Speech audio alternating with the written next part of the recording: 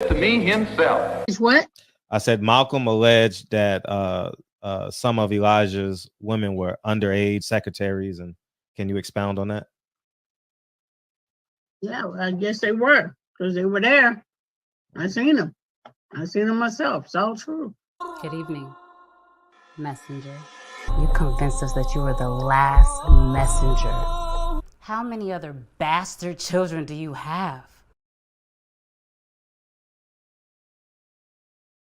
He took at least 9 that we know about. And I'm not speculating because he told this to me himself. Is what? I said Malcolm alleged that some of Elijah's women were underage secretaries, and can you expound on that? Yeah, well, I guess they were, because they were there. I seen them. I seen them myself. It's all true.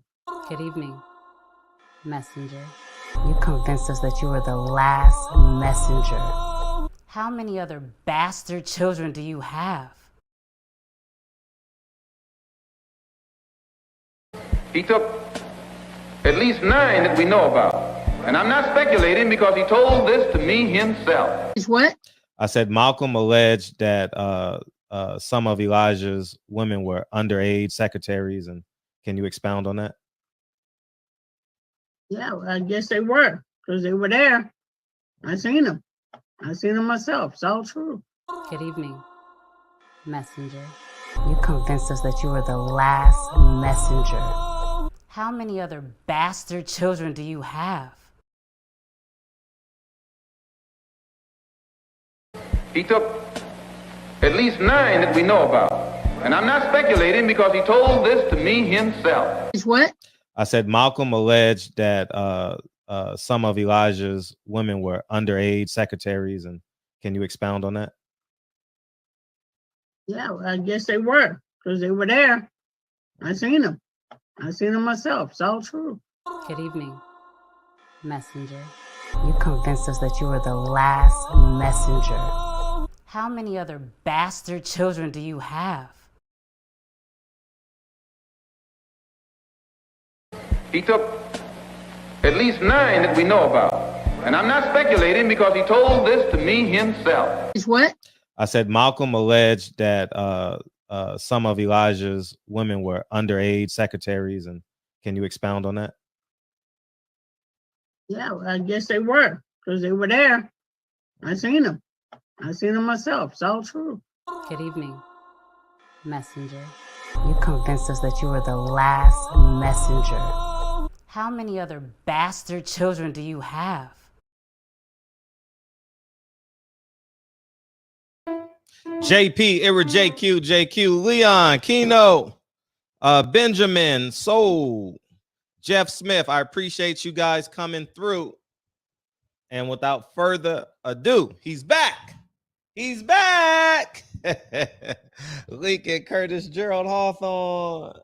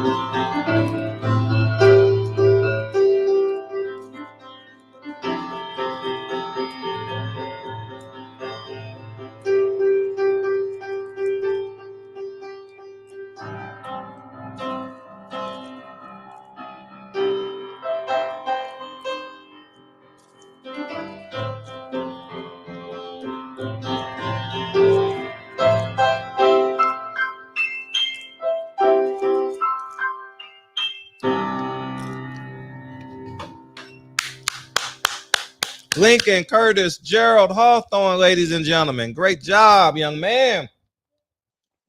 Great job. I appreciate you coming through tonight because you've been on vacation lately. Close the door, man. Thank you. And how we doing tonight, man? I know we're watching the Cowboys and Giants, some of us, man. Good game. Good game. I'm a Giants fan. I was born in New York. But this is like really my first time rooting for the Giants in a long time, so it's pretty interesting. Hopefully we can beat the Cowboys, man. That's our nemesis. And so anything else going on in boxing today? Anything exciting that I may have missed? I think it's pretty much status quo. Everybody's still waiting and pretending they know the date of when Errol Spence is fighting Terrence Crawford. I did see that. Hey, I know it's gonna be January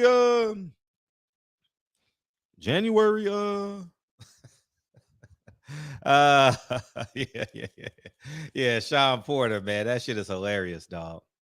That shit is crazy, man. That I wonder what be in these contracts, man. Because here's the irony about it. If Bob Arum had that in his contract, it's racism.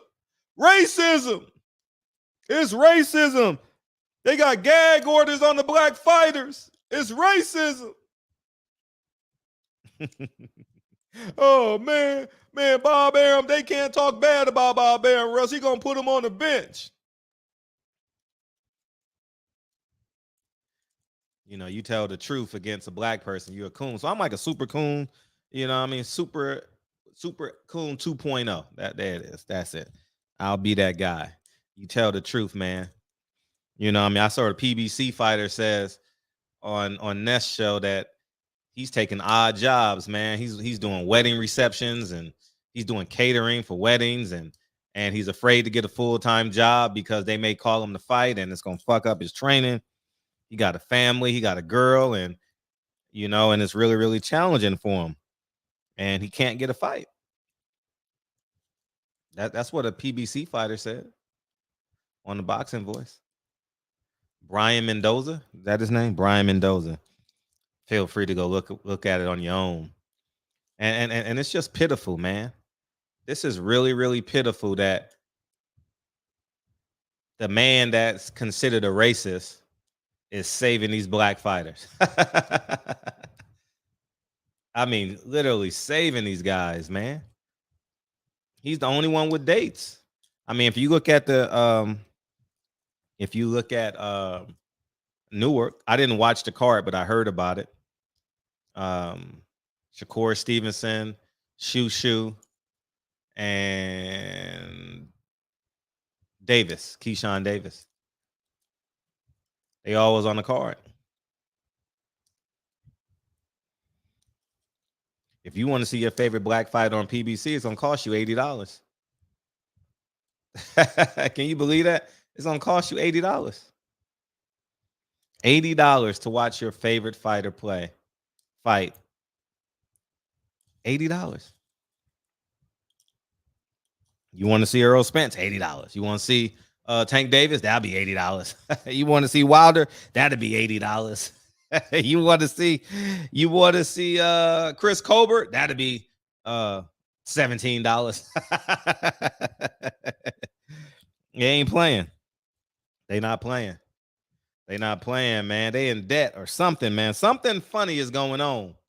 And we're going to get down to it tonight. You know what I mean? And then people were, and it's funny how I got called a fake Malcolm X, a coon for interviewing Bob Arum. And now it looks like if you signed with Bob Arum during the pandemic, you were a genius. Luis Ortiz, $40. Imagine paying for a Luis Ortiz fight, dog. Are you serious? We had to pay January 1st, 2022. We had to pay $40 to watch Luis Ortiz fight Charles Martin. Put that in perspective. But black people only react when a white person what's it called? What's the word? Not suppresses them, but you know what I'm talking about. Suppresses them? Yeah, suppression. That's it. A black person can suppress me all night long. You know what I mean? It's cool. Black man can charge me $80. But if a white man do it, that's racism. That's racism, y'all. Fred a coon for telling the truth. Man, I'm a happy coon, I tell you that much. It feels good to wake the people up, man. It feels good that I'm literally one of the few out here waking the people up, man. It's time to wake people up. What about the white man, Fred? Well, Bob Arum and Eddie Hearn getting these guys dates. That's what I can see. That motherfucker, he got a hometown fight November 12th. What's his name? Montana Love. He got a hometown fight. Can you believe that? In Cleveland. Shakur Stevenson got a hometown fight. Can you believe that? PBC got hometown buffet. It's a big difference, dog. It's a big difference. Big difference, y'all. What he say? It's different. Oh yeah, we telling the truth tonight. Yeah, we're gonna have some fun tonight, man. And no, I don't hate Al Haymon. I don't hate him. I don't respect him. I'm not hating nobody. I don't respect him because he's lied to the black fighters. He's used the black fans. He's used his black fighters. He's used Floyd Mayweather, and I'm just telling the truth. You know what I mean? So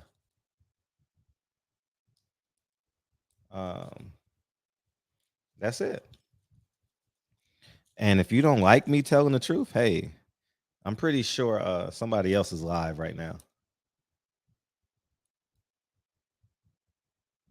So I don't know nothing about Yusef Shaw. Who's Yusef Shaw? I don't know who that is. You're gonna have to help me out with that one. Al is in 2022.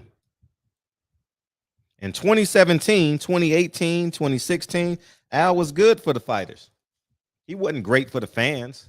He was great for media because the fighters were showing up. We got great content. But in 2022, you better sign with Bob Arum. I'm gonna just tell you that. You better not sign with Al. Well, you can't sign with Al Haymon because he ain't gonna invest in you to develop your career. Joey Spencer is 13-0 and got paid $25,000. He should have signed with Bob Arum. Imagine what he was making. Fight number 8. It's just a tragedy what's going on, man. And it's like a cult, man. It's just a tragedy what's going on. I'm going to find the Boxing Voice clip, and I'm going to let y'all see for yourself, man. I'm going to talk about this a lot. So y'all get used to this shit because, let's see, where is it? Where is it? Oh, here it is right here. The Pour It Away podcast. Fight, if it gets repetitive, I turn it off. And because I just know how it's going to go. Watch football all season long, live and cable free. I think it's 112. And I mean, obviously there are some fighters where it's like you just can't turn it off. Boxing's next 5 to 7 years. I love that. I love like. Oh, here it is right here. Let me play this for y'all. This is courtesy of the Boxing Voice.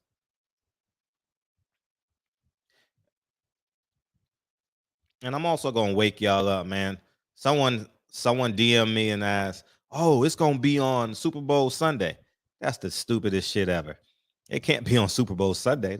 Super Bowl weekend. You lose a whole network. If it's on Super Bowl Sunday and the Super Bowl's on Fox, Fox will not cover it.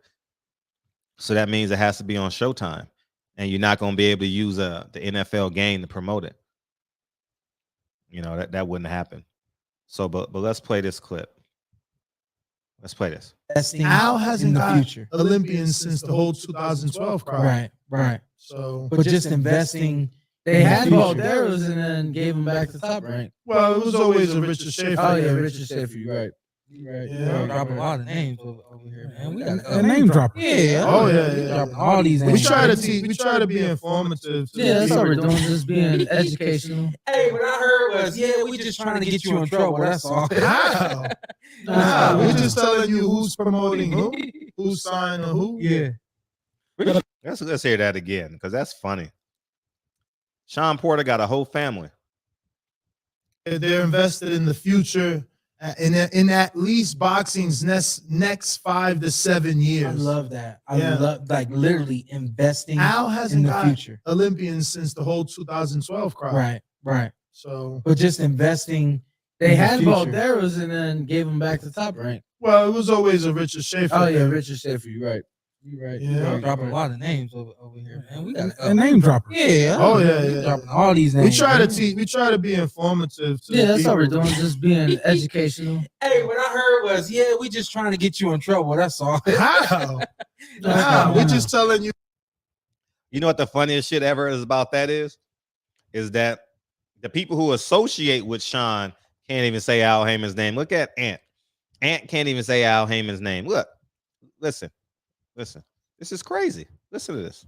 Wow. Oh wow. Yeah. Shout out. Oh, Richard do we Schaefer. owe him some money? No. Uh-oh. I ain't trying to get sued because he got money behind it. No. We And if good. we get sued, we putting a Corvette up. No, but yeah, we did a press conference. It was, I think it was my fight with Keith Thurman. I think. Okay. But he said, you know, he was explaining who me and my dad are, and he said, you know, they just have a different way of doing things. He said the way they do things is like, I don't know, it's like they have their own way. It's the Porter way. I'm like sitting there at the press conference, the light bulb comes over my head. I was like, I'm gonna use that someday, you know. Yeah. Did you think it'd be for a podcast? Hell no. That's crazy. I came to these guys with a whole bunch of names, some creative names. Oh for the man, I missed podcast. it. I missed it. My bad. Like literally investing Al in hasn't the got future. Olympians since the whole 2012 crowd. Right. So, But just investing. Now They listen had carefully. Balderas and then gave them back to Top Rank. Listen to well, it Ant. was always a Richard Schaefer. Oh yeah, thing. Richard Schaefer, you're right. You're right. Yeah. You're dropping a lot of names over here, man. We got A name dropper. Yeah. Oh Yeah, you a name dropper. Name dropper. They can't even say his name, dog. Dude, they can't even say the man's name. Come on, man, for real. For real, y'all can't say his name. Say my name, say my name. You know what I mean? It's just oh, Yusef Shaw. You talking about? Oh, yeah, I know you're talking about now. Oh man. This is a tragedy, yo. This is a tragedy. Boxing is going down here. If you on PBC, man, don't say I didn't warn you. But some fighters don't even want to fight anymore. You know what I mean? They aging themselves out, fighting once a year, eating unhealthy, then getting in shape. Not why should they live a fighter's lifestyle if they only fighting once every 13 months? Why should Keith Thurman live a fighter's lifestyle? He knows he ain't fighting again till next summer. Why? Why should he? You know what I mean? Like it's and then I'm gonna open y'all eyes up right now, man. We're gonna drop this in a second. But yeah, man, Bob Arum is literally carrying these young black fighters. And I'm gonna tell you something about how infrastructure is so important. Like how you have structure in your house. Like when your kids come home from school, they know exactly what to do with their backpack. They take their homework out. They may get a snack. You know, or y'all have dinner. If you're in an after school program, it's structure, right? Bob Arum has infrastructure. And I know some of you Hoteps and all you people from Zimbabwe. I know you got, Zamunda, you know what I mean? Y'all don't want to hear this, but for real, I'm just gonna call it straight down the middle. Al Haymon neglected to build infrastructure. And because he neglected to build infrastructure and was a headhunter, and what I mean by headhunter is he only wants the hot fighters that are free agents that he can pluck, like a Floyd Mayweather, a Canelo, and so on and so forth. he doesn't have the infrastructure to consistently develop fighters. And he had it to start because he had the money. He actually had the money to do any damn thing he wanted. Remember, he had the WWE. He had the WWE ring entrances. Y'all remember that shit? They had the lights. They had the referee with the referee cam. People were flying. When was the last time you saw a PBC fighter fly private? Leo Santa Cruz was flying private to his bathroom. You know what I mean? Hey, Al, I need a jet to go in the living room. I got you. You name your son after me, I give you anything you want. You know what I mean? Oh man. And that's just the simple reason. If you want to have success, you have to build a solid foundation. And Bob Arum has a 57 years, 1965. He has 57 years of a foundation. And this ain't about race. The Hotep generation is going to make this about race. King of Zamundas, they'll make it about race. It's not about race. It's about business structure. It's about business plans. And Al Haymon neglected. He neglected to create business infrastructure. For example, Bob Arum has a gym. Bob Arum has an office. Bob Arum has in-office employees. He has in-office assistants. He has a matchmaker. He has an in-house lawyer. He has a compliance guy. And you can see them every day in the office at Top Rank. No doubt about it.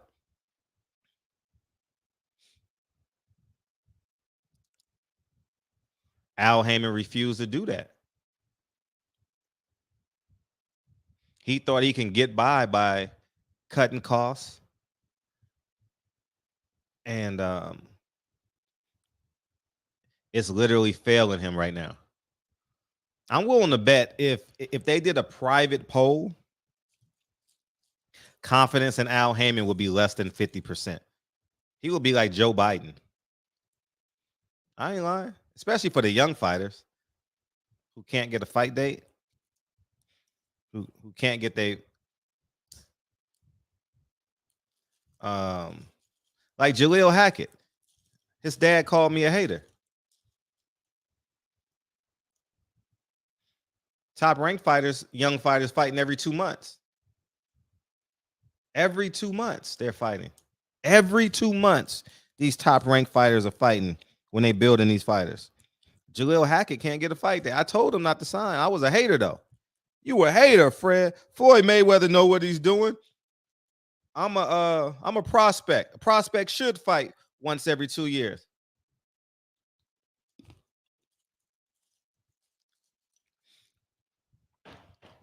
Let me wake y'all up again. I'm gonna give y'all some structure so y'all know what the hell is going on, because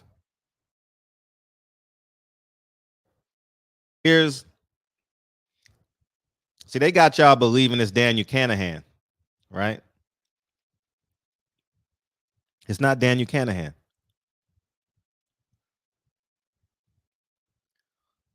It's this. This is the reason. Y'all ready for the breaking news? Here's the breaking news. Here's the breaking news. It's not Daniel Canahan. It's not Terrence Crawford. It's not it's not Earl Spence.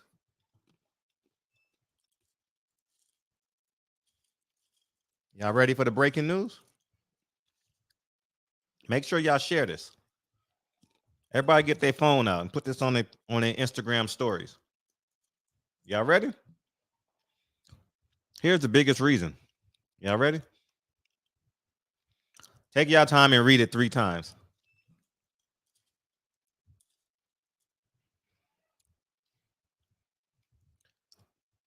Take y'all time and read this.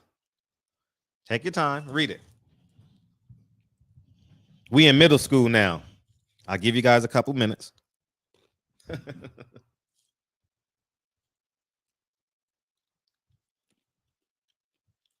Are y'all woke now?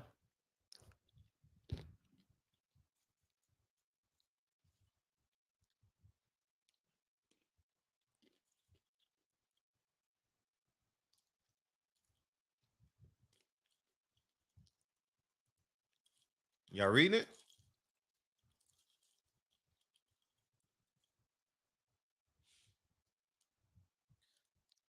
For all the people driving, shout out to L and my brother down in Miami that makes that local stop and all the other truck drivers out there. I'm going to read it. This was in August of 2018 that this deal was struck. Showtime struck a new 3-year deal with PBC on Thursday. It was announced by the network, and the agreement isn't simply an extension of their current union. The partnership, which runs through 2021, calls for a significant expansion of live boxing programs. The sport will be offered monthly on the network. Is this 2021? See, it's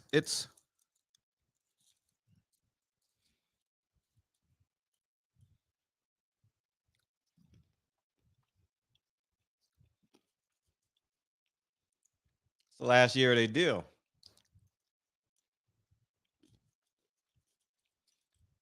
Al wants an extension.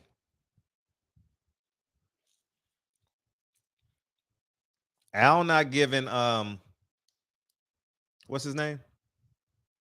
Did he make it? Damn, he made it. Giants down 10.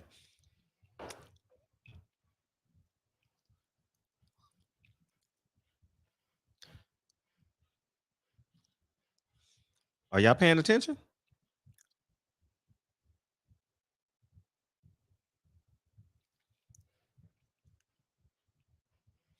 I'm just saying. You're going to have to explain how Al is showing people how to fish, because I don't see them putting up their own cards, teaching them how to fish. No, so the short end of it is Little Stevie is holding his ground. Al Haymon is holding his ground. Al Haymon has the talent. Steven Espinoza has the budget and the money.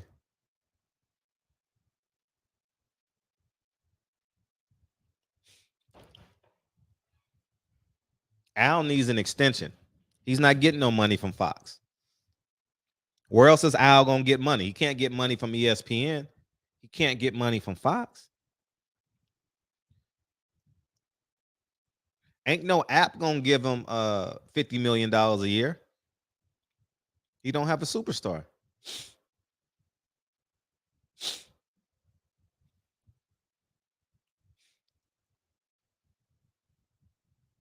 I know y'all don't want to hear the truth.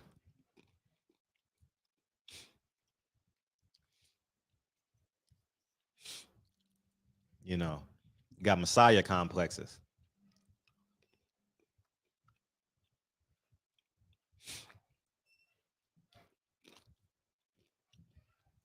Let me open up these phone lines. Who want to holler at your boy? I'm going to get a thing that says, thank you, Al Haymon. Thank you, Al Haymon.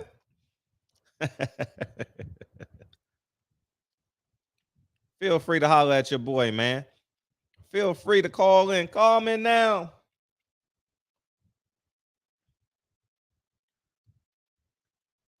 Al can take all his fighters to the zone. But guess who's the in-house promoter? Eddie Hearn. Eddie Hearn would get a big piece of that. And if he goes to the zone and he has to split with Eddie Hearn a percentage, that means his complete business model is a complete failure, because he wanted to do it without a promoter. Right? And now we know Eddie Hearn was right about the app. He wasn't right about the implementation. He was an F in implementation. He was an A in the idea.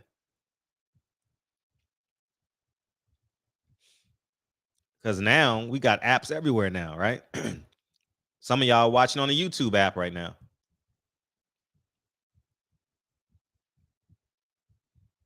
Some of y'all are watching the NFL game on YouTube TV or your ESPN Plus app, or, you know.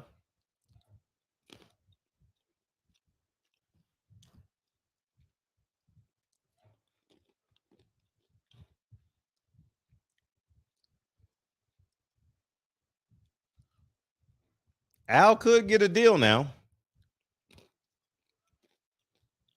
Maybe he can pull a miracle and get a deal, because the same way he used Floyd Mayweather to get Al is a promoter. He's the matchmaker, the promoter, the manager. He's everything. Got to read the court documents. If you read the court documents, you wouldn't have said that. Y'all got to do reading, man. Y'all don't do no reading. Y'all just listen to what King of Zamunda tell you. Al is everything to PBC. Everything. Everything.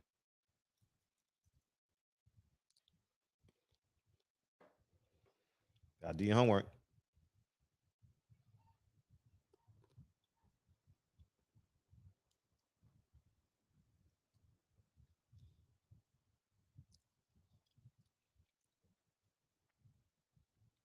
It's gonna be tough coming down this stretch. They got 2 fight dates. They got October 8th and November 5th.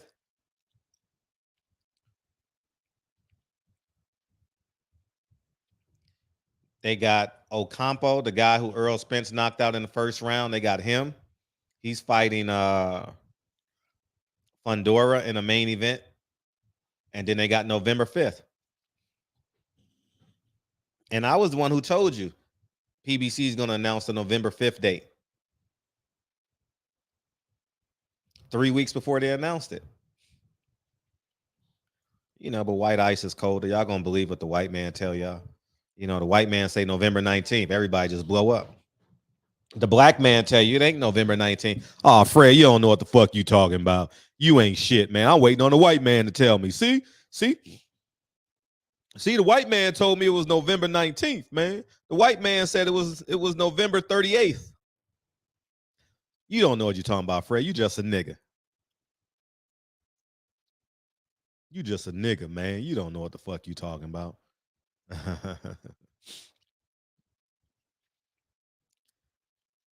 Now we at a standstill. Earl's not budging based off his tweets and what he said about Keith Thurman. He don't want to fight him. So now we're at a standstill. What's going to give?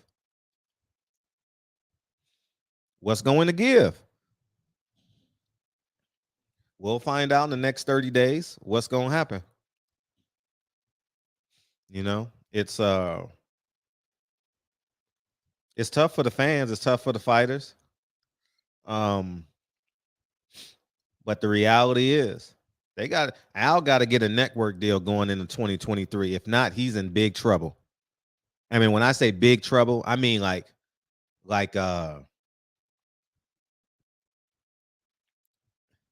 yo, I'm just being honest. If Al don't get a network, yo, it's gonna be rough. PBC is not a black company, y'all. Who puts up the money? Waddell and Reed, right? It's a whole bunch of white investors who was bought by an Australian company. Y'all don't do y'all homework, man. Ryan Caldwell is just as much involved as Al Haymon is. Y'all just listen to what, you know, the people who call me a coon. Y'all just listen to them. Damn, throw the ball away. Y'all just listen to them and just, he'll be in a whole heap of trouble. You know? But you got to get a network deal. And the reality is, if he don't get a network deal, which is going to be challenging, he's going to have to give up something.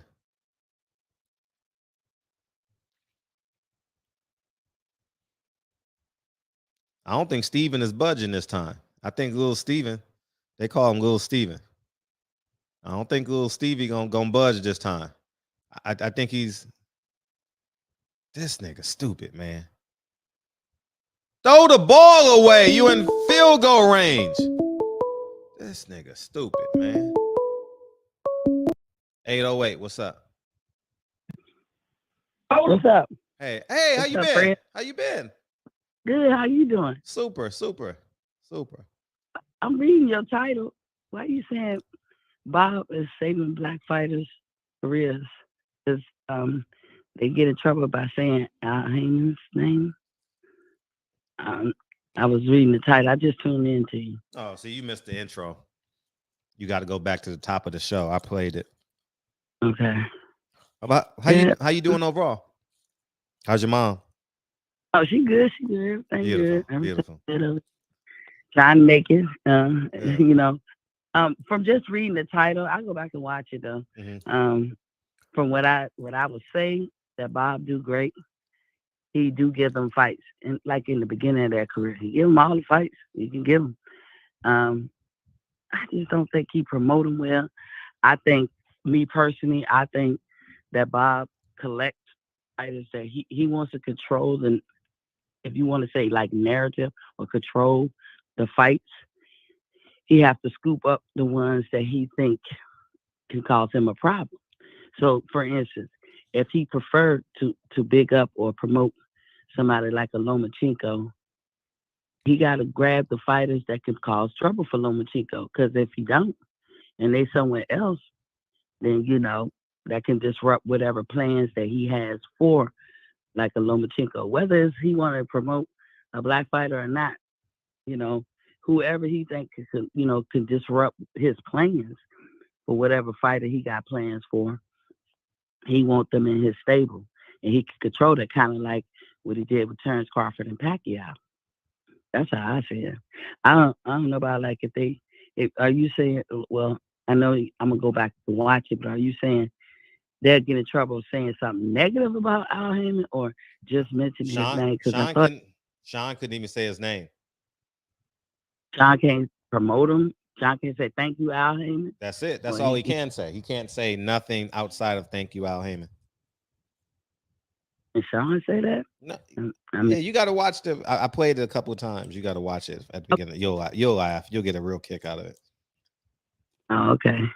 Now, I do want to say, I don't want to go in depth about this. I saw that little excerpt where you had that dude on there going off. I couldn't stand it. That's all I'm going to say. Because I don't want to rehash it. I know I was late to the party on that one.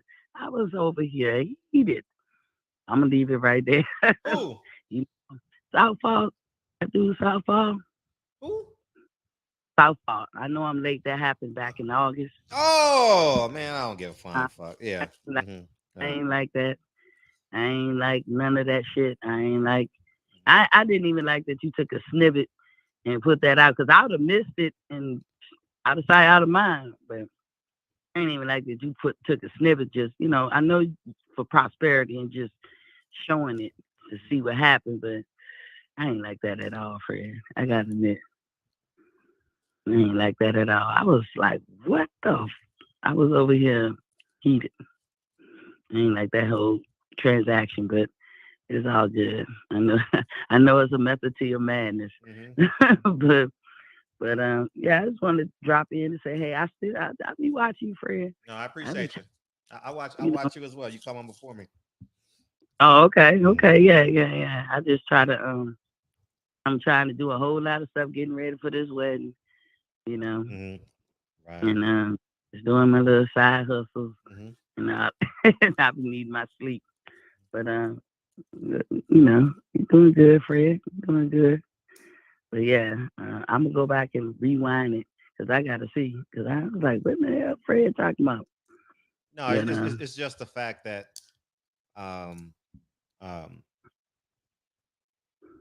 these fighters aren't getting dates. And you got Devin Haney, who signed in June. He's fighting again in October.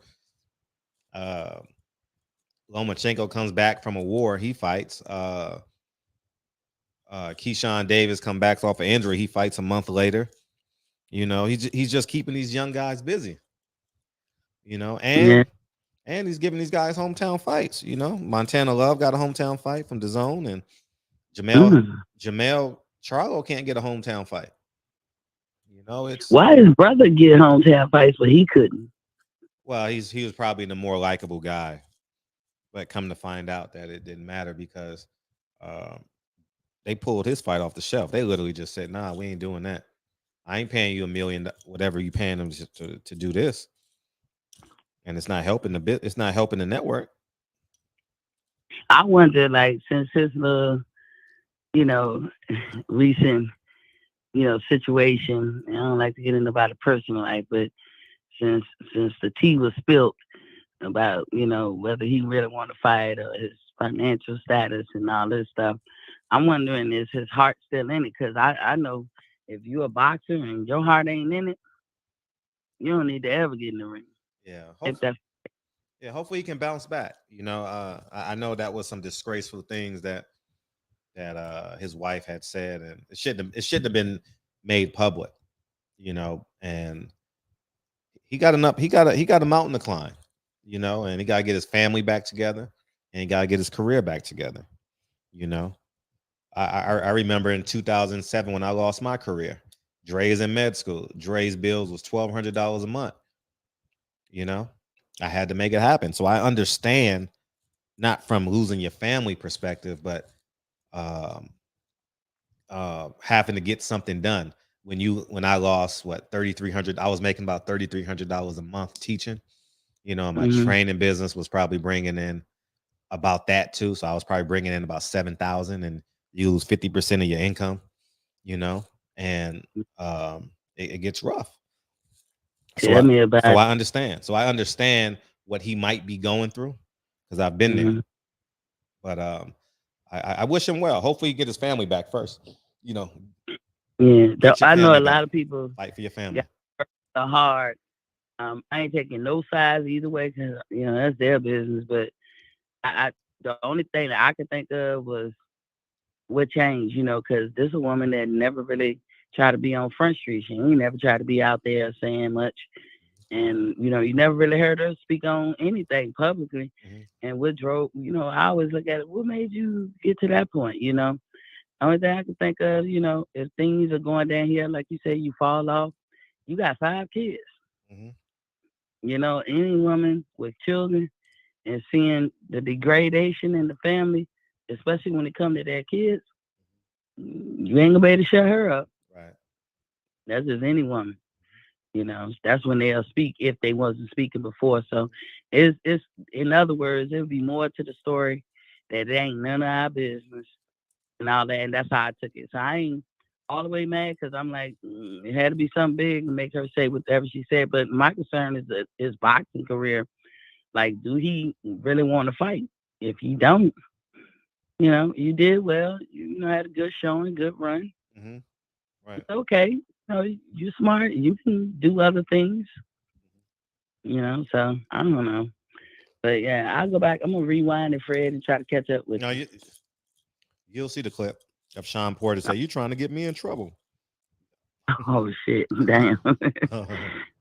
If that's the case, then I mean it shouldn't be no contract with a fighter, whether it's this promoter or manager, because I always thought, and you tell me if I'm wrong, I always thought that the reason why Al Haymon is a manager versus promoter because his responsibilities are different under that banner. Like I said, he can't be held accountable to things like a promoter would be versus being a manager. And if you have to sign non-disclosure agreements, I mean, are you really in that person's best interest when it's their career? We don't pay to see Al Haymon ever. We don't pay to see Floyd, when we concern the PBC. We pay to see their fighters. So why would you tie? I think that's tying to the hand of the fighters when you have them like that. But they can't even say nothing. They can't even be, the king dingling of their own fucking career. I just don't get that part. Now, to me, that's what my eyebrow raised and be like, what's really going on? Right. But all right, Fred. No, I appreciate you. Appreciate you, Miss T. Thank you for coming through. All right. Welcome home. I know, right? All right. First home. Bye-bye. Appreciate you. If you disagree with me, here's the link. Y'all could beam in. You know, it's the shop, man. You can come in and cuss Fred out if you like. You know, it's the shop. All I'm gonna do is tell the truth. Don't come in here if you don't know the truth now. It's an equal opportunist. Click that button and cam up. Cam up and click that link. Click cam up and talk your shit.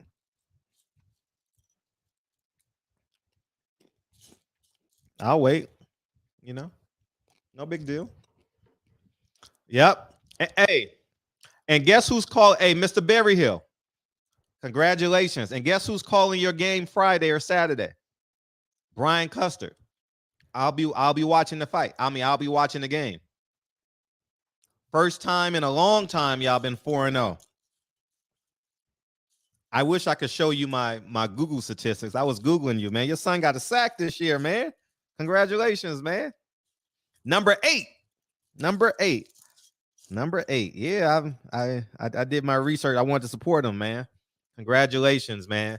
Brian Custer will be calling your son's game this weekend, so that'll be pretty dope. And yeah, that's exciting. Number 8, Mr. Berryhill. Yep. What's up, KP? Yep. Congratulations to your family, dog. Well deserved. Oh, and he went out of bounds. Yes.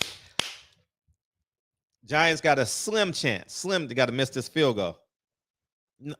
Number 6, my bad. I knew it was a single number. No, it was a single number. Yeah, linebacker. Yep. I'm keeping up.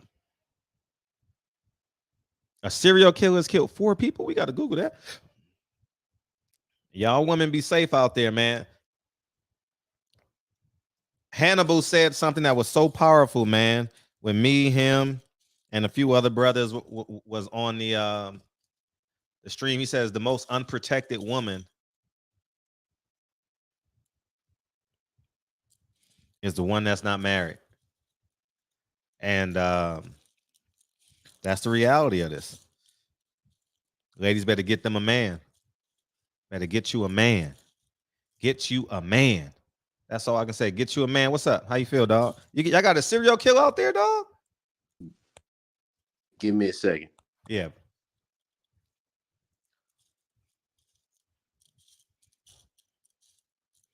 The Giants defense held their ground, man. Now we got a chance to tie it and take it in overtime, man. Let's go. Let's go.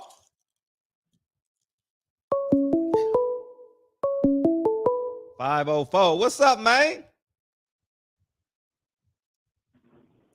What up, Fred? How you feel, man? How you feel? I feel good, man. I appreciate you supporting, man. No, I'm watching. Yeah. It's gonna happen, baby. Y'all might, 2 more wins. Y'all go bowling, man. Yeah, I've been saying that every time I'm up there. I've been for the last 2 years. I said we gonna bowl. We gonna bowl. It's junior year. But hey, Fred, that shit went by fast. Remember his high school years? Mm-hmm. And we talking about it? Mm-hmm. Yep, I remember.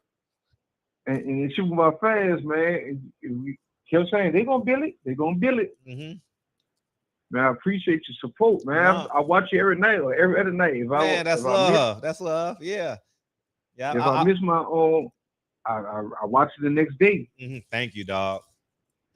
Yeah, I did my Googles on you and your family, man, this weekend. Hey, what grade is your son in, Mr. Berryhill?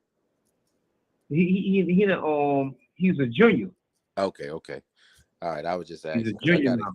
He's a COVID junior, though, right? Can he could still got 3 more years, though, right? Is he a COVID junior? Yeah. So he could play 5 years instead of 4, right? Yeah, that's how it goes. Yeah. Hey, Fred, you smart, huh? you be up on it. Yeah, man. Yeah. Hey, so Mr. Berryhill, because Fred, I don't think you knew this, but Lawrence, Kansas is only like probably 45 minutes away from me. But everybody's school in Missouri is usually Columbia, which is Missouri Tigers, right? Mm-hmm. But that school is closer to us in Lawrence. So our cousin that's graduating with finance degree from KU this year, and he did an internship in New York. couple months ago. He did about 90 days out there, but he's supposed to go back for a job that he got already before he graduate. And hey man, that's a beautiful thing, man. Yeah, Kansas got some. Beautiful Kansas thing, get a man. lot of athletes from this area. Cause Fred, the kid that won it, I want to say won most outstanding player for Kansas when they won a championship this year. The kid that went to Cleveland, that got drafted first round, the shooting guard, kind of looks like yeah, he's about the same size as about Ray Allen or something like that. I know what you're talking about. Yeah, Ocha, that's his name, Ocha. Yeah, it's an African name. Yeah, it's an African kid. Hey, Fred. Yes. Kansas, they went down here in New Orleans, man. Who's what? Say it again, please. Kansas basketball team went down here in New Orleans. Yeah. Man. It was a blessing, man. Oh wow. Yeah, they did. Mm-hmm. They went down here, man. We had so many Kansas fans, man. We had fun, man. Did your son come home? Man, and it was beautiful. My son from New Orleans, and his basketball team came down here and won it. So I wish we keep on winning. They come down here and play the Sugar Bowl down here and win it down here. Oh, okay, yeah. Yeah, they do have it at the Superdome. That's right. Yeah, that's about right. That's what the Sugar Bowl is. Yeah. Yeah. The Sugar Bowl, is that attached to it's attached to the BCS thing. Yeah, BCS. Thank you. It's attached to the playoffs. Yeah. Yeah, and then it also before the Sugar Bowl, like a week before the Sugar Bowl, they have New Orleans Bowl. Mm-hmm. And I wish either one of the bowls, I wish we could make it, but if not, I hope we make it in California. I've never been to California. If we ever get there, I'll contact you, Fred, man. Yeah, for sure. That's exciting stuff, man. 4-0, man. 2 more wins. All you need is 6 to get to the bowl game. Yes, sir. But hey, Fred, if you've never been to New Orleans, if you ever get to New Orleans, man, I'll definitely hit you for sure. You got my number on you. Contact me, man. I will. Oh, that's a promise. I like the food down there. I like the food. Can't go wrong. Everybody say that. Yeah, I like the food. That's what we do, man. We have big barbecues. I barbecue for the family Saturday as we watching the game. We had a big party. Right. Big party, man. I might go to that game I might go to that game this Saturday. I was trying to play it close to the vest because I know when they get closer to the game day, the tickets get cheaper. But hey, I'm not catching out of the state game. I'm gonna catch the following game after because I know we have 3 home games back to back. Yeah. It's the next game, man. But hey, man, God bless your family, man. Likewise, dog. Graduates from Kansas. And Fred, God bless you and your family, man. Likewise, dog. Keep up the good work. Yeah. And Fred, you motivate all black men. Oh, that's keep on working out. And everybody gonna do their thing, man.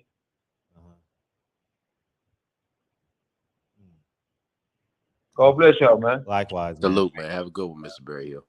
All right, man. New Orleans all day, man. Whenever y'all try to get down here, Fred, contact me, baby. I will. Thank you, Mr. Berry. You know it's gonna be a party. I know you're not a party person, but I'll show you some good places to eat at. Or yeah, well, yeah, it's gonna go down. Nah, we'll get it popping, man. We'll get it popping.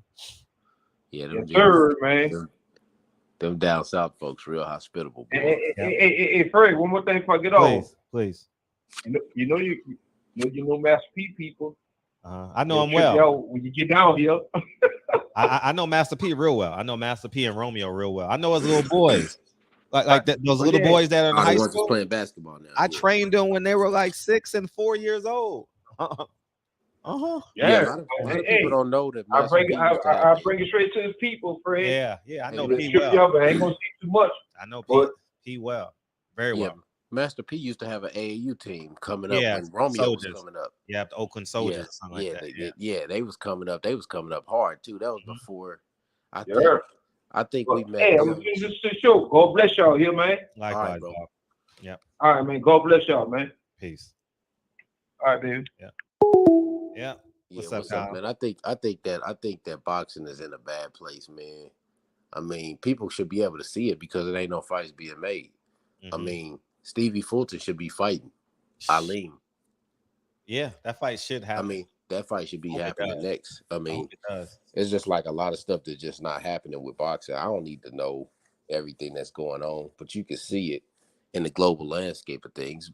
I mean, people try to play it off and try to act like nothing's going on, but it's funny though, because I used to ride so hard for that, like that, and be like this over this, instead of looking at it objectively and saying the whole of boxing, because the whole of boxing used to eat at once when they had Showtime, HBO, or whatever.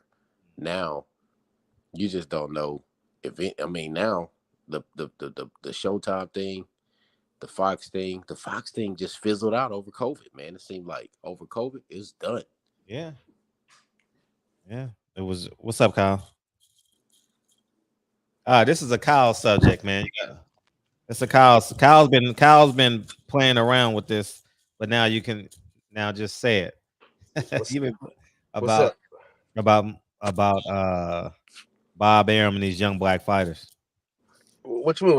What I've been saying? I've been saying what I've been saying. Oh, you've been saying it. Okay. I didn't know if you said it on camera or it was just a conversation we've had. No, I've been saying that he put them in a position. Like, he signed all the young fighters. He has every single young Olympian out of the on the USA team. He got every USA team member. Right. Yeah, he got both of the Davis boys. He got Shakur. He even no, got we're talking about the whole Olympic class. Listen to me. The whole Olympic class and USA team is signed with Top Rank. So let me ask y'all this. The new fighters that's coming up, since they all signed the Top Rank, how does that flip the table on YouTube boxing? Because most people on YouTube is like this versus this. You see what I'm saying? You can't have this versus this if there ain't no fighters on the other. It's almost like watching WWE versus WCW. They're gonna do it the same way they're doing right now with the PBC, and with the Terrence Crawford shit. Oh, he on that side. So that's how it's gonna be, man. But it's the same shit. It's the same shit, bro. Yeah, it is.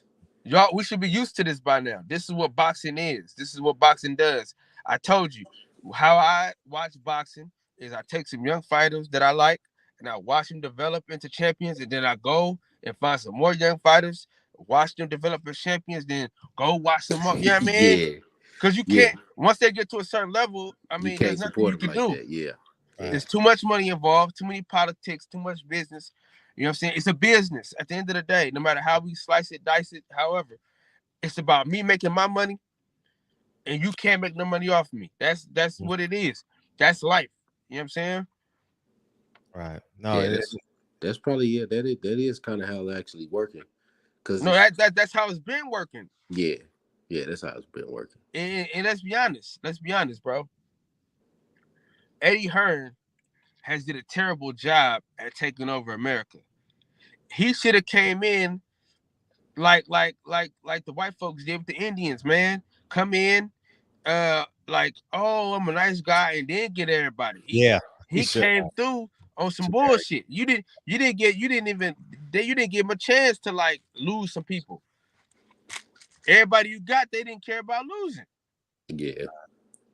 But if he'd have came in that thing like a serpent, like he is, you know what I'm saying? He could have got everybody from right from under everybody, and then they'd have got paid, got their money.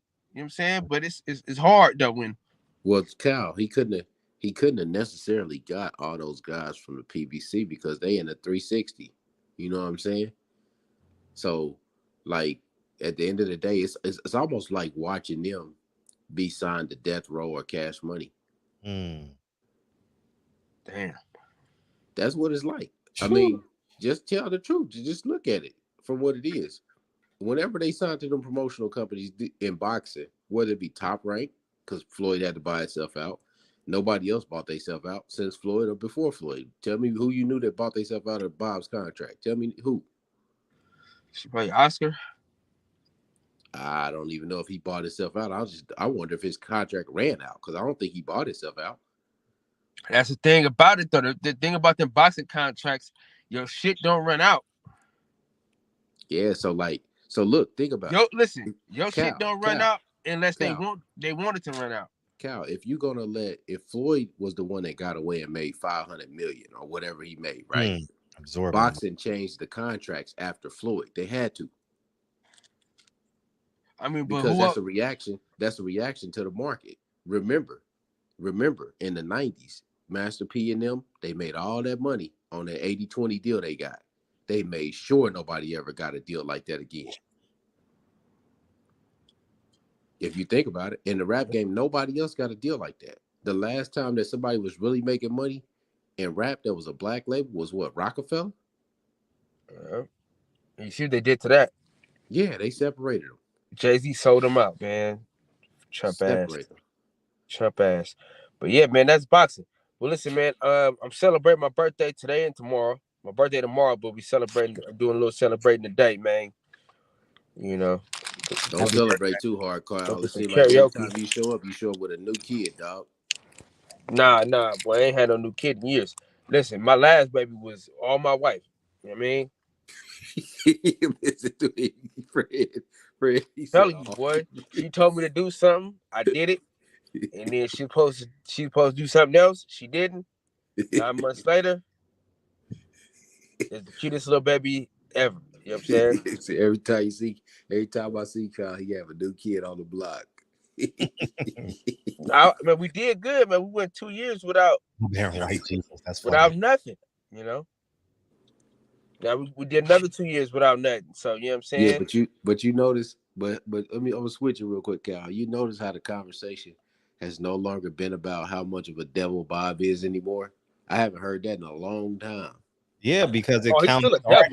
No. He's still a devil, but we know. Listen, the thing is, Cal, he's a devil, but we know he's a devil. You know what I'm saying? No, Cal. Go ahead. Say your point. What I'm not hearing is that Bob is a devil. Because see, what happened is that some people's favorite fighters had to go deal with Bob.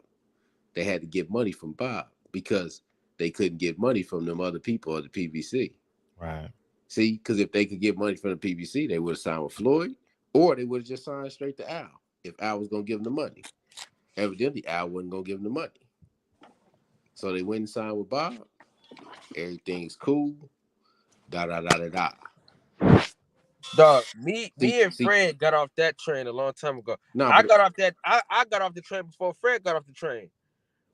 But he accused. Fred, you was on it hard, boy. Fred was on that PB. Fred had a statue out in front of their stadium. Listen, I would have.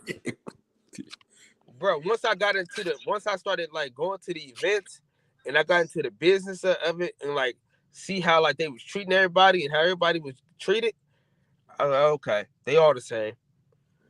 You know what I'm saying? They all the fucking same. They all the fucking same. The reason why we ride PBC so hard is because we thought it was a black company. We thought that they was gonna treat black people a little different. We thought that. But once you get into it, you realize that they this Bob Arum all over again. You know, they sold us. You know what I'm saying? They sold us a bill of goods, man. You know what I'm saying? A bunch of trinkets. You know, like I used to argue back and forth with my partner Danny about PBC versus Top Rank. And then when you sit down and really realize it, they only did that shit for a run, for a spell. Mm-hmm. And now it's right back to Bob. Like they're having these runs and then they're just like it'll be over with. They can't sustain them. Yeah, it's unsustainable. There's no long-term plan for it to be sustained. Yeah. Listen, say what you want about Bob Arum, but he sure know how to he know who the fuck to pay and who not to pay. Yeah, and he was saying for the longest he wasn't about to make Teofimo Lopez no superstar like that. You know what I'm saying? He's gonna keep him on TV for real. Like them dudes gotta realize, bro. Like it's only gonna be a certain amount of guys in boxing that make it to that star level because boxing doesn't cross over into the American lexicon. It's after NFL, MLB, NBA. Hell, it's after UFC now. You know what I'm saying? So like you can't. There's only so much money to go around. It's like people are looking for boxing to have equal share like it used to have, but there's no equality in capitalism. Like people have this mindset that they think it's going to be equality. There's no equality in capitalism. You either win or you lose. All right, Kyle, you gotta go. I appreciate you. You wild in the motherfucker. Happy birthday, dog. Have a great one. Hey, tomorrow it's tomorrow, but you know we kicking it off today. All right, have fun. Have a great night. All right, Cal. Appreciate because you're loud as hell. Hey, happy birthday, Kyle, man. Happy 30-something birthday, man. Well deserved. Oh man, but yeah, man, and to speak to your point, you're right, because I remember everybody online was calling me a coon for interviewing Bob Arum, and I'm interviewing him to give the information to the people. Yeah, I'm not interviewing him to be an ally. Me and Bob relationship is already done. I don't want to work for Bob. I don't want nothing free from Bob. It is what it is. I'm not the guy that calls fighters, hey, give me free tickets, man. Hey, can I come to your after party? I wouldn't do that for Bob. Hey, Bob, can you buy me a steak dinner? You know, and it's just appalling how the Zamunda narrative, man. And I'm glad I woke up. But I tell you guys this: if it had not been for Sam Watson, I would have figured this shot out in 2016. I ain't lying. I'm telling you, God honest truth, man. No lie. Sam Watson protected me, and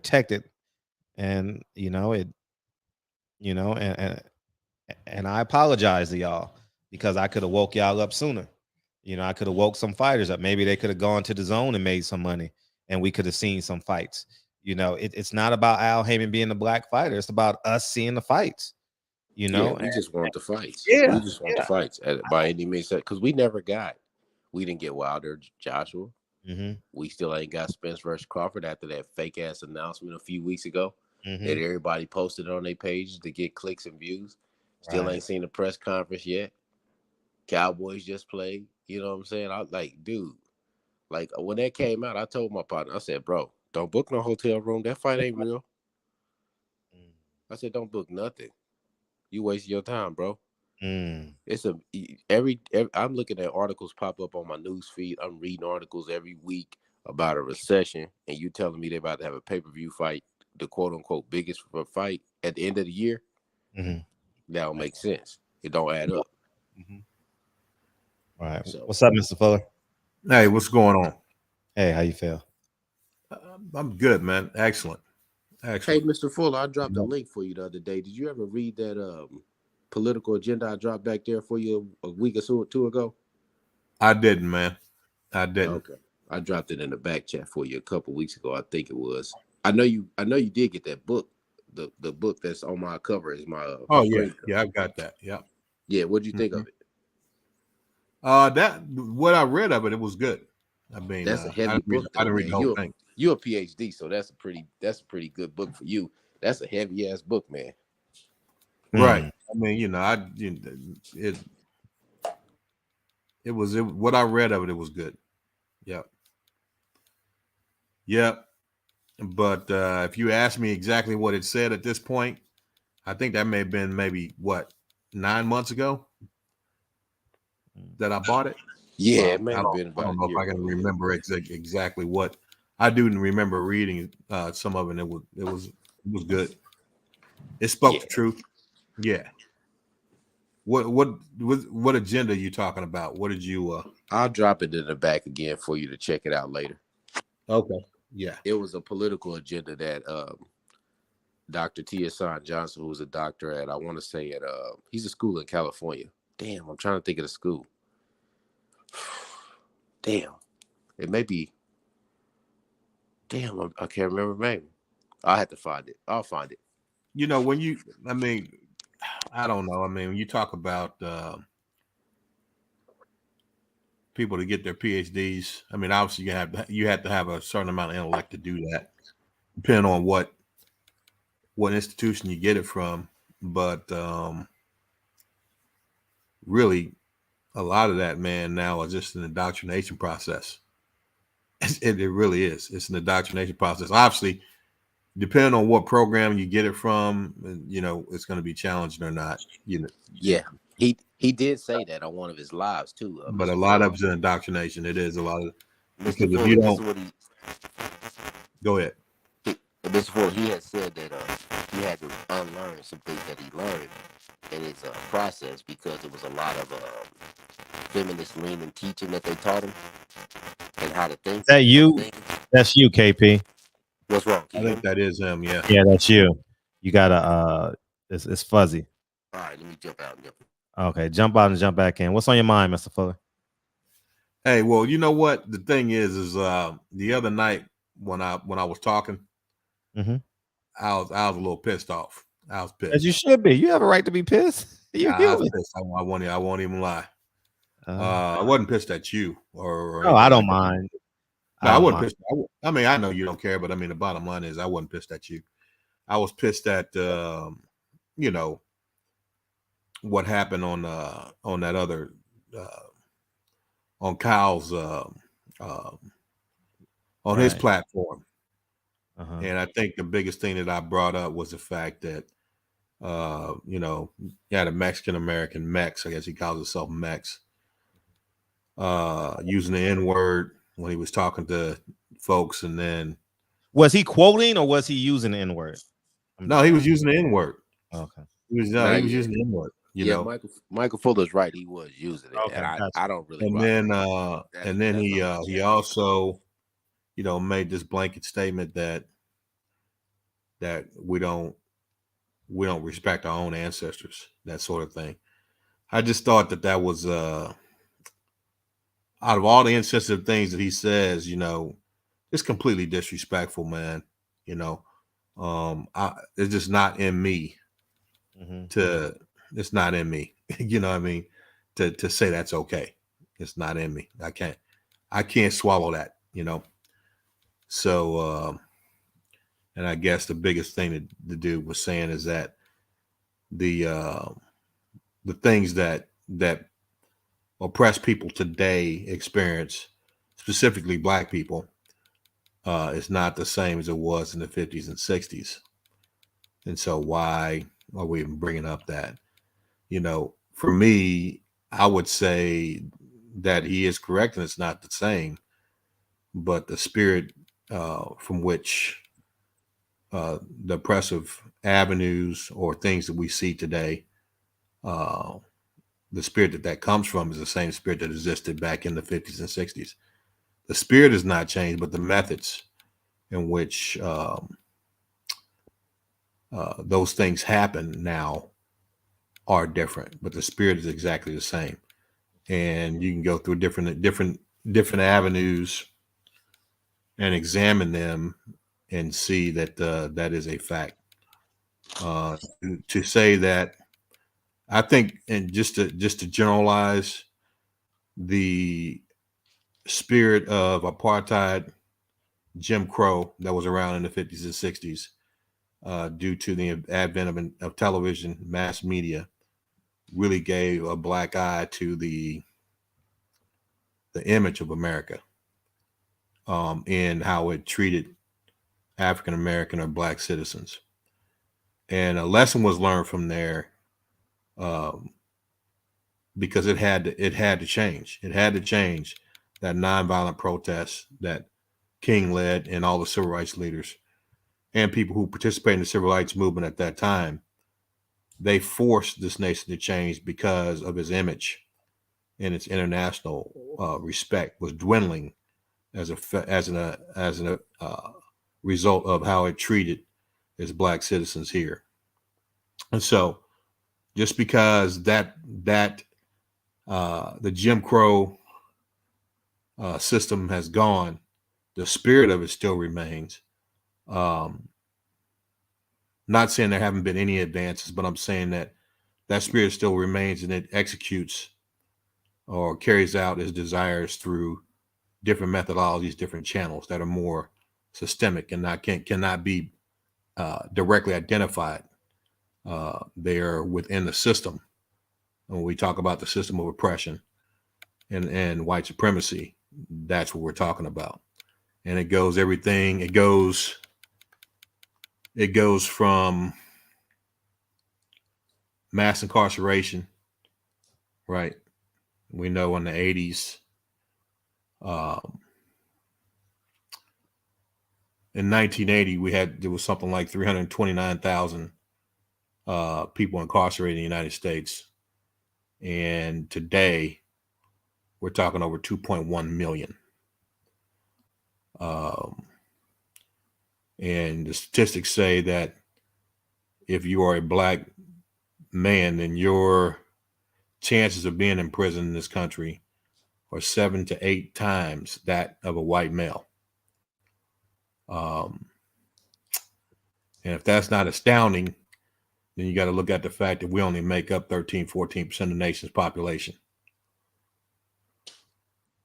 So half of that is 6.5 to 7% black males.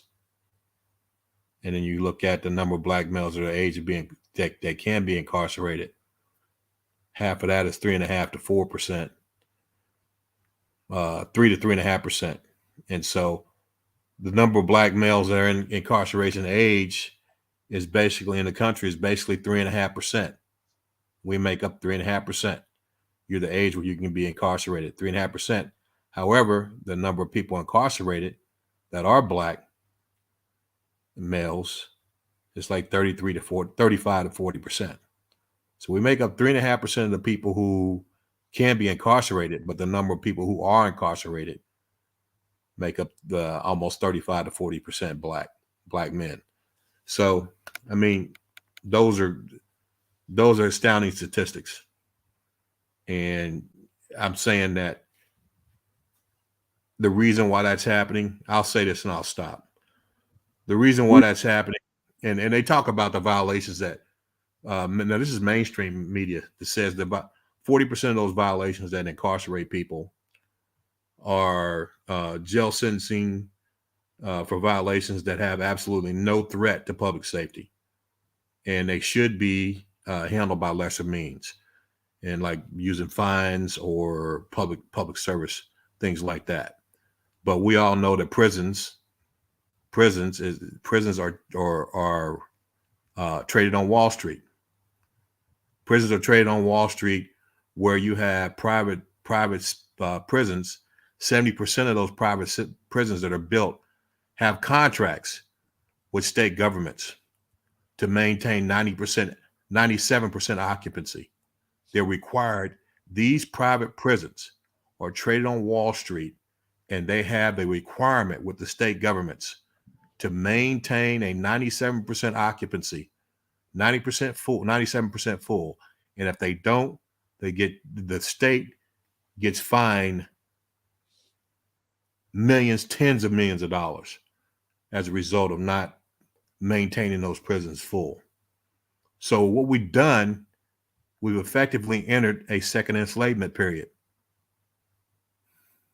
Systemically, a second enslavement period in this country. And so, yeah, when the guys yell and scream out of straight ignorance, oh no, it's nothing like it was in the 50s and 60s. You're right. It's nothing like it was in the 50s and 60s. People were getting incarcerated at these rates, right? I would say it's worse because we've entered a era where it's almost a second enslavement period, and also people are completely unaware of it. At least in the 50s and 60s, you actually knew you were getting oppressed, right? Now you have really no idea if you're not caught in that system. And then a lot of people that are caught in the system don't really understand what's going on. So, I mean, we can go from there. We can go through a lot of different areas. But yeah, I think it's a legitimate statement to say things are not the same as they were in the 50s and 60s. And I would dare to say that they're worse. 300,000 Black and brown babies are aborted every year. That wasn't happening back in the 50s and 60s. 300,000 every year aborted. That was not happening back in the 50s and 60s. So you're right. It's not the same. It's not the same. So, I mean, the average black household right now, well, the average white household has a wealth of about $175,000, $171,000. The average black household right now has wealth of about $17,000, and I think that's pushing it. But $171,000 to $17,000, huge wealth gaps. But I think that's pushing it because half the people that probably come on this show, I'm not trying to be disrespectful or anything, but would have a hard time putting their hands on 17 grand. So I think that may be a misnomer, but that's what the statistics say. Environmental racism, right? We look at what's going on in Jackson, Mississippi now, Flint, Michigan, where the environment is being weaponized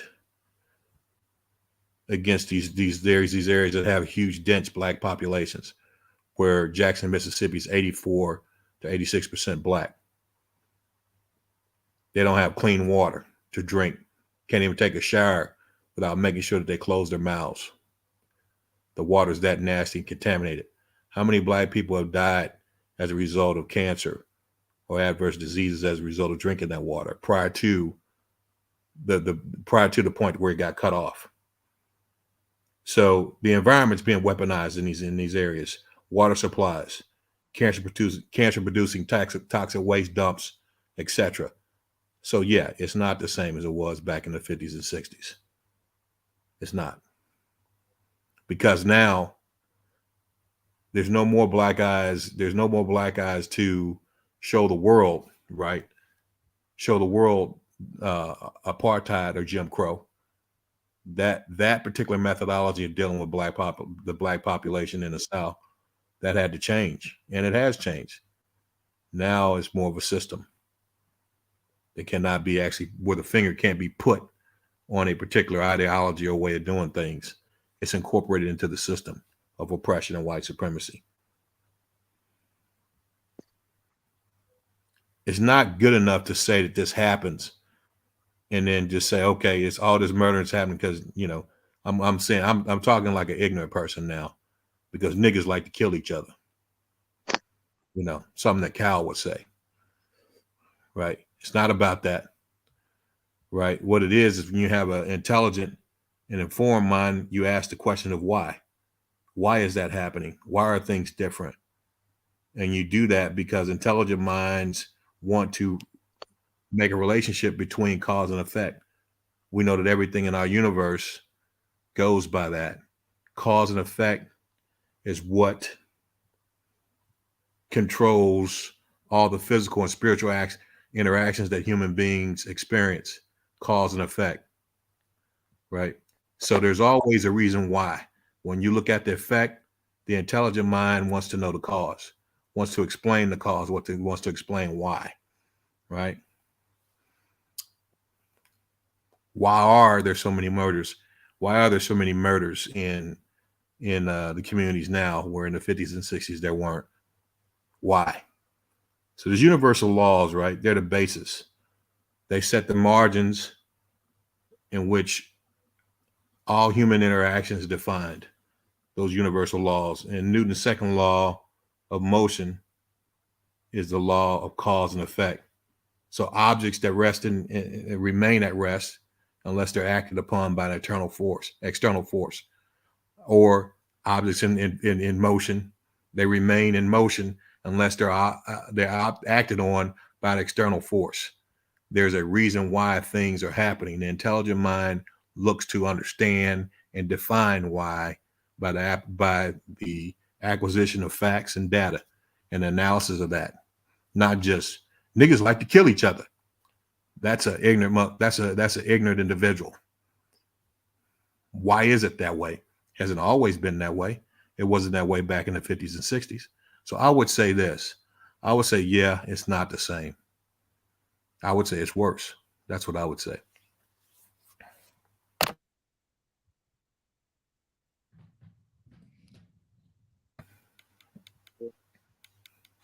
Troy, you want to respond?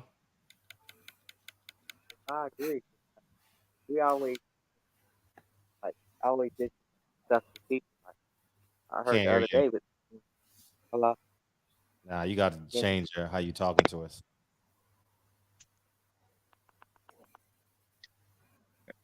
You can hear me? Yeah, very well now. Go ahead. Oh yeah. I believe that we go through a lot in this country, and we could just look at boxing, and but a lot of people, they don't want to put up the Terrence Crawford fight and the Spence fight, because they're afraid to lose money. Like But and that's where Al Haymon come in. He saved the day, right there. Because Bob Arum wasn't gonna make that fight because he knew that he would have to pay a lot of money. But I always say that Kyle, I disagree with Kyle. I think Kyle a clown for that because he was like, PVC ain't for black people. But ain't he making the Crawford Smith fight? He trying to make it. I mean, we don't know the details. We don't know the situation. We don't know like none of that the issues now. We just speculating, like because people were speculating about the Pacquiao and Floyd fight for years. Like who was holding who up. Bob was holding somebody up, or Floyd was holding somebody up. It's just speculation, But with the Terrence Crawford and Spence fight, I think it's gonna happen. But I just think that it take a lot of things because I was watching a program where they were showing a video about the people that in charge of making the fights, and they was on the phone for hours, like 2, 3, 5, 6, 7 hours, like weeks in a row. They was getting frustrated and stuff like that. I forgot it's called the dark side of boxing, and promoters was just crazy, man. Like it takes a lot to go into a fight that people don't understand, But I'm seeing a lot of black men, they come online and saying, just make the fight happen, that's not how it works. Business is business, And that's why a lot of like black businesses fail and stuff like that because they just put their own personal reasons into a so-called business. Then that's how the business failed. You gotta let Al Haymon just do his business. It might not ever happen. The fight might not ever, but that don't mean that it's nobody's fault. It didn't happen.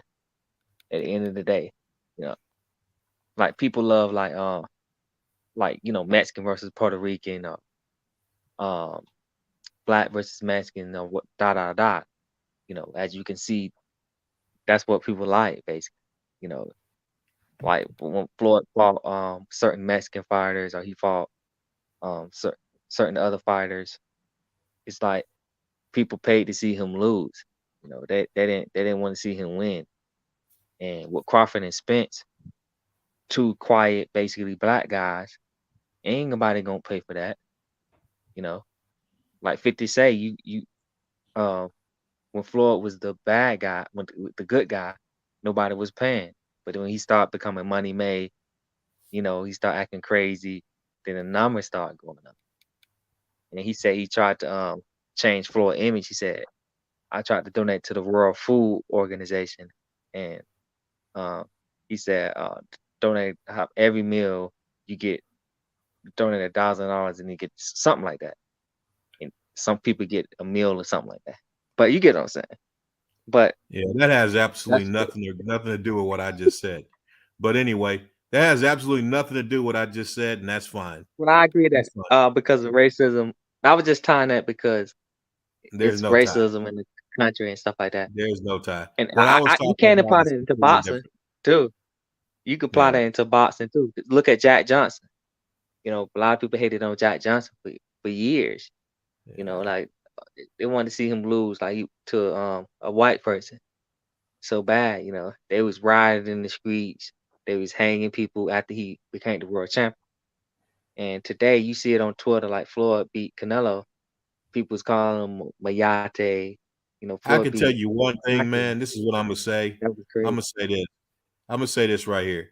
If a lot of you young black dudes don't actually start educating yourself, you through, man. That's all I'm gonna tell you. When it's all said and done, black people, if you guys don't start learning something and actually educating yourself about the realities of this society, yeah, boxing is great, okay, but I'm talking about real life. I'm talking about what's going on with our people here in this country and across the world. You guys don't start educating yourself, your bloodline is going to be a relic in a museum. That's what's going to happen. You won't exist.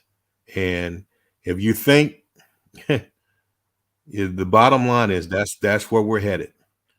If you guys don't start educating yourself and applying knowledge, and absorbing knowledge to define the realities that we experience in today's society, in today's world.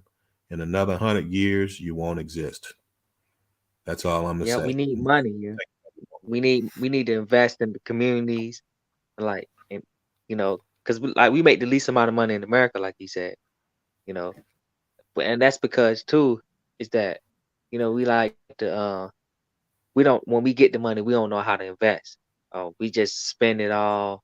Or people trying to be like Floyd, or people trying to be like Oprah, and they don't have the $1 billion. Like Oprah could go up in the studio and say, "You get a car, you get a car." Like get like 50 cars out. You can't do that. When you have unless what I'm saying, you got $1 million, they try to do what Oprah do. Try to go buy 40 or 50 cars. Nah. Invest, and then keep on investing and create jobs and everything like that. Like people just try to do. To me, we the biggest consumers in America. They say the Mercedes, the Gucci, the Louis Vuitton. It's all right to buy that from time to time. It ain't nothing wrong with that. But I feel like when do we like when somebody tried to make their own clothing line? This black guy, he tried to make his own clothing line, and nobody would support him. I'm like, that's crazy. Kevin Brower says Troy just touched on 43 different topics. So Michael Fuller, what's if this system isn't giving up their competitive advantage, then why do we go to them for solutions? Why? I don't even, I'm not saying do that. I mean, the solution is within. I mean, that's not going to going to a system that traditionally has taken advantage of you for capital gains. I mean, that's really what this whole mass incarceration thing is about. It's about making money. And unfortunately, because we are a group of people who are by and large very uneducated, very uninformed about the system that we live in, because we don't know our history. And we cannot integrate that history into what's going on with us today. A lot of these cats that talk about, they just don't know. And they're not trying to know. They think they know everything already. You have to invest in educating yourself about the history of this country, the history of your people, and why we are here in the place that we are today. And there's an explanation for it. The bottom line is no, it's not. We're not going to find a solution within the system. That has to come from the same. But it's all, the prototype is already there. The precedent's already been made. I mean, you look at what happened in the 60s. That was a result of unity. That was a result of a moral approach to life, right? The right way to do things, standing for what's right, and being unified in that effort. But a lot of black people think, the condition that we're in now is something we've always done. And I'm old enough to know that that's not true. We weren't running around killing each other like what's going on now when I was growing up. So what happened, right? It goes back to that cause and effect, that universal law of cause and effect. What happened? What changed? Right? You just can't, oh, well, niggas kill each other now. I mean, that's an ignorant approach, man.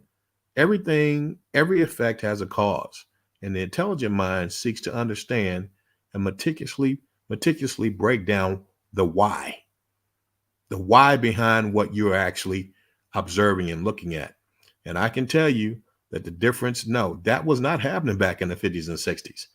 There were no drive-by shootings, mass killing of other black folks. That wasn't happening. So what changed?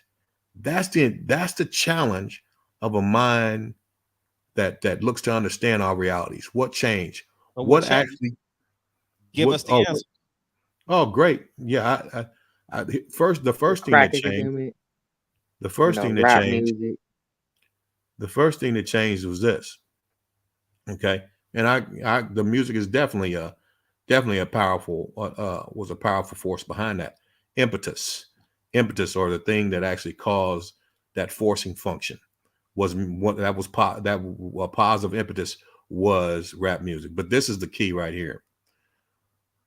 The civil rights movement, when it started, it was funded by Black working folks, working people, Black middle class, lower class people that went to work every day, families that had decent paying or even low paying wage jobs, but mostly decent paying jobs in the inner cities.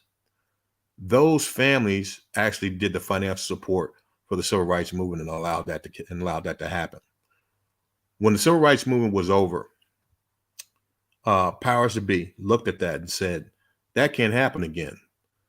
So a vast movement occurred at that point to make sure that all those factory jobs, all those decent paying or even middle to high paying, low skill jobs that you can get as a young Black man or middle-aged Black man to support your family, those went away. They went overseas. When I was growing up, you had and this is back in the 70s and 80s, you had Coke, Pepsi, a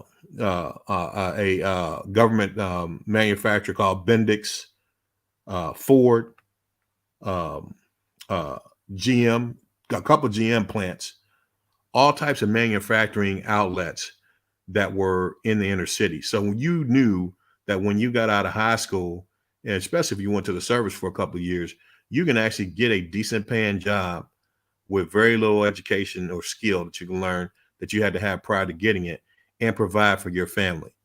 That went away as a result of the impact, the financial impact of the financial support of those Black families that were making that money and actually financially supporting the civil rights movement. There was a huge exodus of those companies and factories out of the inner cities. At the same time, this whole thing of the welfare system, the new way that the welfare system is built, where the government came in, state, federal government came in and said, okay, understand that, inner city families are struggling, no job opportunities. You can get on this welfare, but you get on this welfare and your male husband, whoever he is, can't be in the house in order for you to get this check. Okay, so when the family unit by and large began to disintegrate, then you had no guidance. There was no real structure, no real discipline in the household, and you have women that tend to accept just about any standard. For most women tend to accept a large number of standards, a large number of behaviors and low standards from their children. They're not really disciplinarians and standard setters like men are in the household. We all know this. That's our role as men: set standards, apply discipline, and teach our children how to hold their heads up and face their fears. That's what we do as men. Most women do not raise their children like that. Then you have children that grow up unruly. You have the advent of rap music, and people can't say music isn't powerful, because Lucifer played music. He led a third of heaven. To rebel against God in accordance with the Bible because of his musical talents. So music is a very powerful spiritual weapon that can guide people to do things that they should not be doing and so we know what music can do. I'm not going to get into the specifics. So, I mean, that's what happened. That's the why. And then all these other things that have happened. I mean, it's a very complex web that we can look at, but just in general, these are some of the major things that have happened. And so understanding that and it really comes down to family structure, how that was destroyed. And it's destroyed because it goes back to the old saying, there is no romance without finance. Most married couples argue, one of the major things they argue over is money and how the finances are held. And most Black men, We don't want to be around and we can't really provide for our families. And if you didn't have a certain amount of education or a certain amount of training, you couldn't go into those inner city jobs anymore, those factories, and get those decent paying jobs. They were gone. They don't even exist now. There are no businesses in inner cities that can provide a working wage or a living wage. Okay, that's the reality of it, and that wasn't always the case. So that's the major thing. I could go into other things, but I'll stop there. Sounds like you got some mentoring to do in your community. You're right, and I do. I talk to kids. I talk to people all the time about it. No, I mean like something that you create that's sustainable. You know, it sounds like you got to get on your Frederick Douglass, man. My Frederick Douglass? Yeah. Yeah, I do need to do more in the community. You're telling the truth. It's true. A very true statement. Yeah, because if you want to implement change, you got to start where people are, where they don't have to change. It's their first inclination. You know, it's their first learned thought. It's their first learned behavior. You know, and I think that's important because we do a lot of talking, and now it's time we got to show proof of concept, man. We got to show proof of we do more than talking on the internet. We do more than just substantiating what's wrong and what's the solution. We got to implement these solutions in our communities, man. And you're right. And, that's our challenge, man. And it's not about how much money you earn. It's about those 30 minutes a week that you got, or if you have access to creating something that's sustainable in your community, you got to get it done, man. Because in addition to you building your family, you also understand that your family has to function in the outside world. And in order for them to function out in the outside world, you have to be the change that you want in that outside world. Hold up, Deacon wanted to come in. And you're right, man. You're right. I got 100%. And I appreciate that, Fred. What's up, Deacon? Hey, what's up, Mike? What's up, Fred? And to young FLA there. I'm listening and I'm thinking, and I agree with a lot with everything Mike is saying here. And there is there's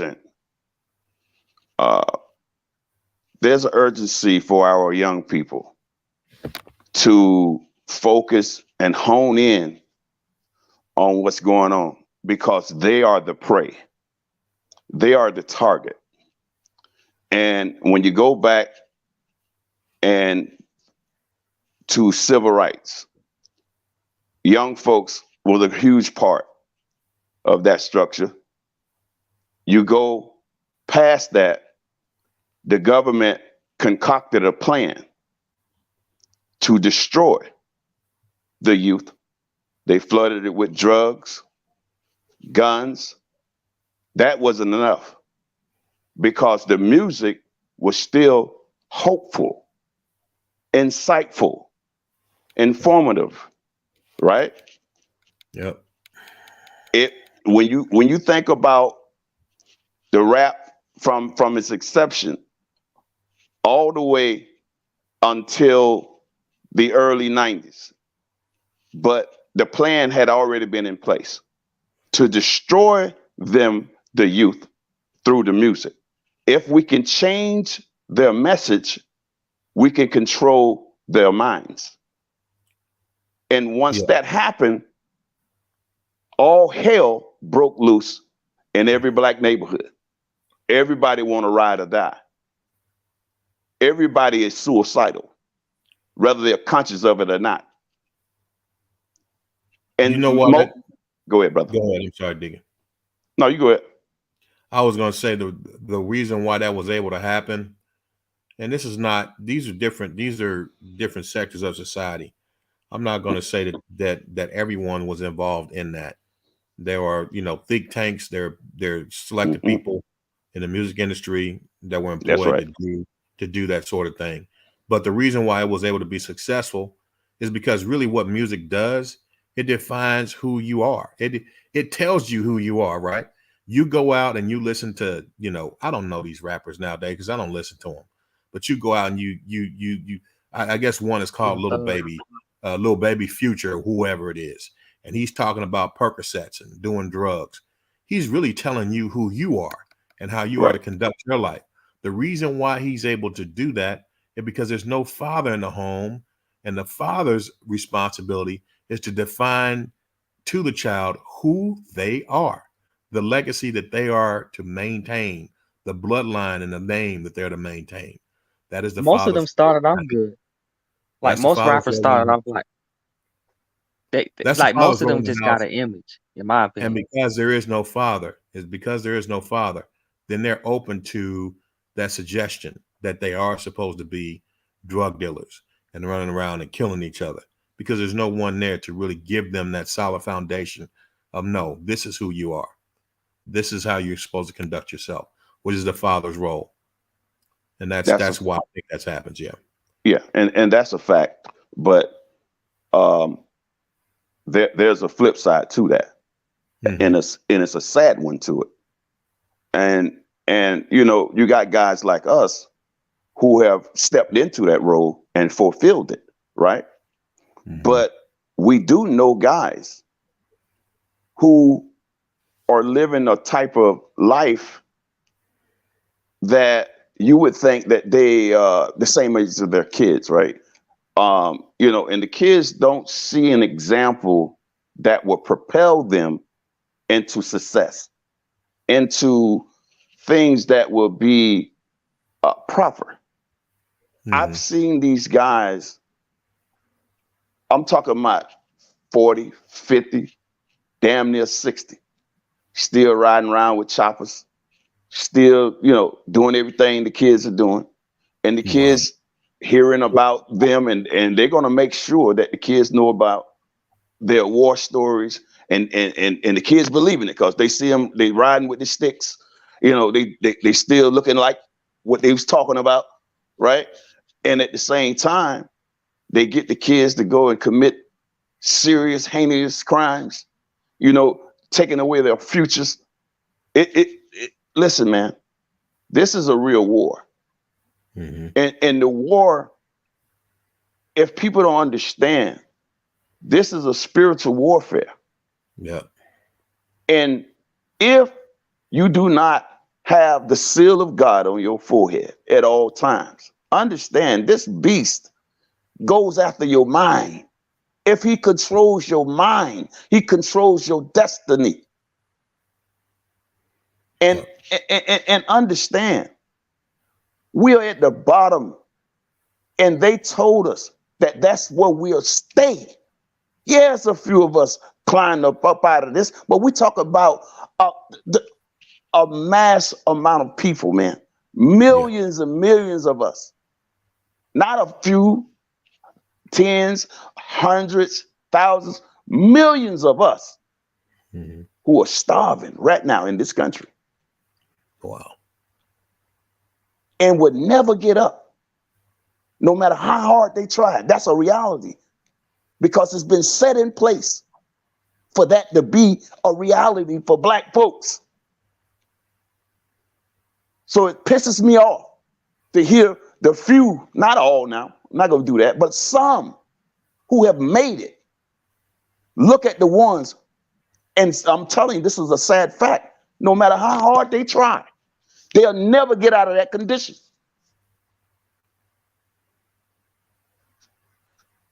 There have been ghettos set up around this country as a permanent residence for Black folks.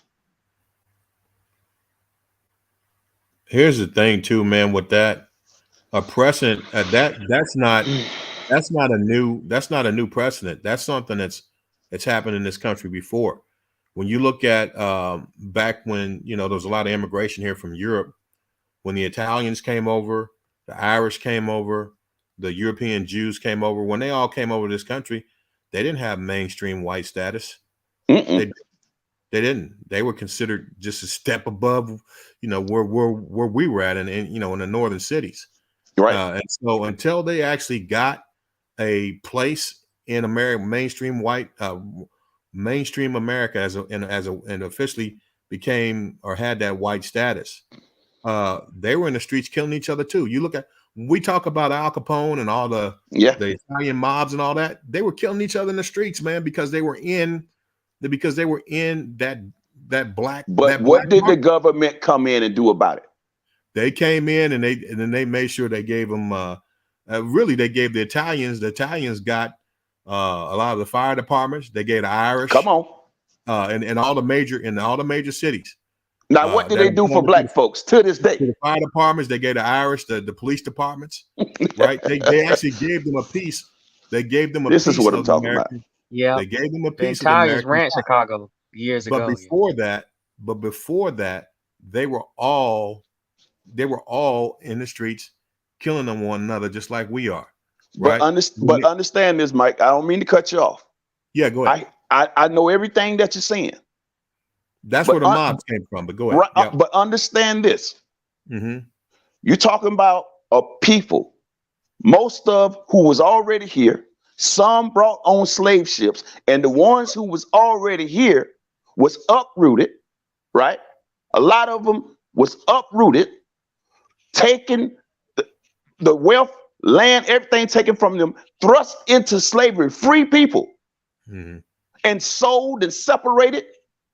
Right? Yeah, right. Now, done gone through all of this, but you got foreigners come here. Yeah, they get in scrubbles because they trying to flee poverty, and they came to America and met more poverty, but they still was a step above us, who have still been at the bottom, still have done gone through all that we've gone through, still going through, right?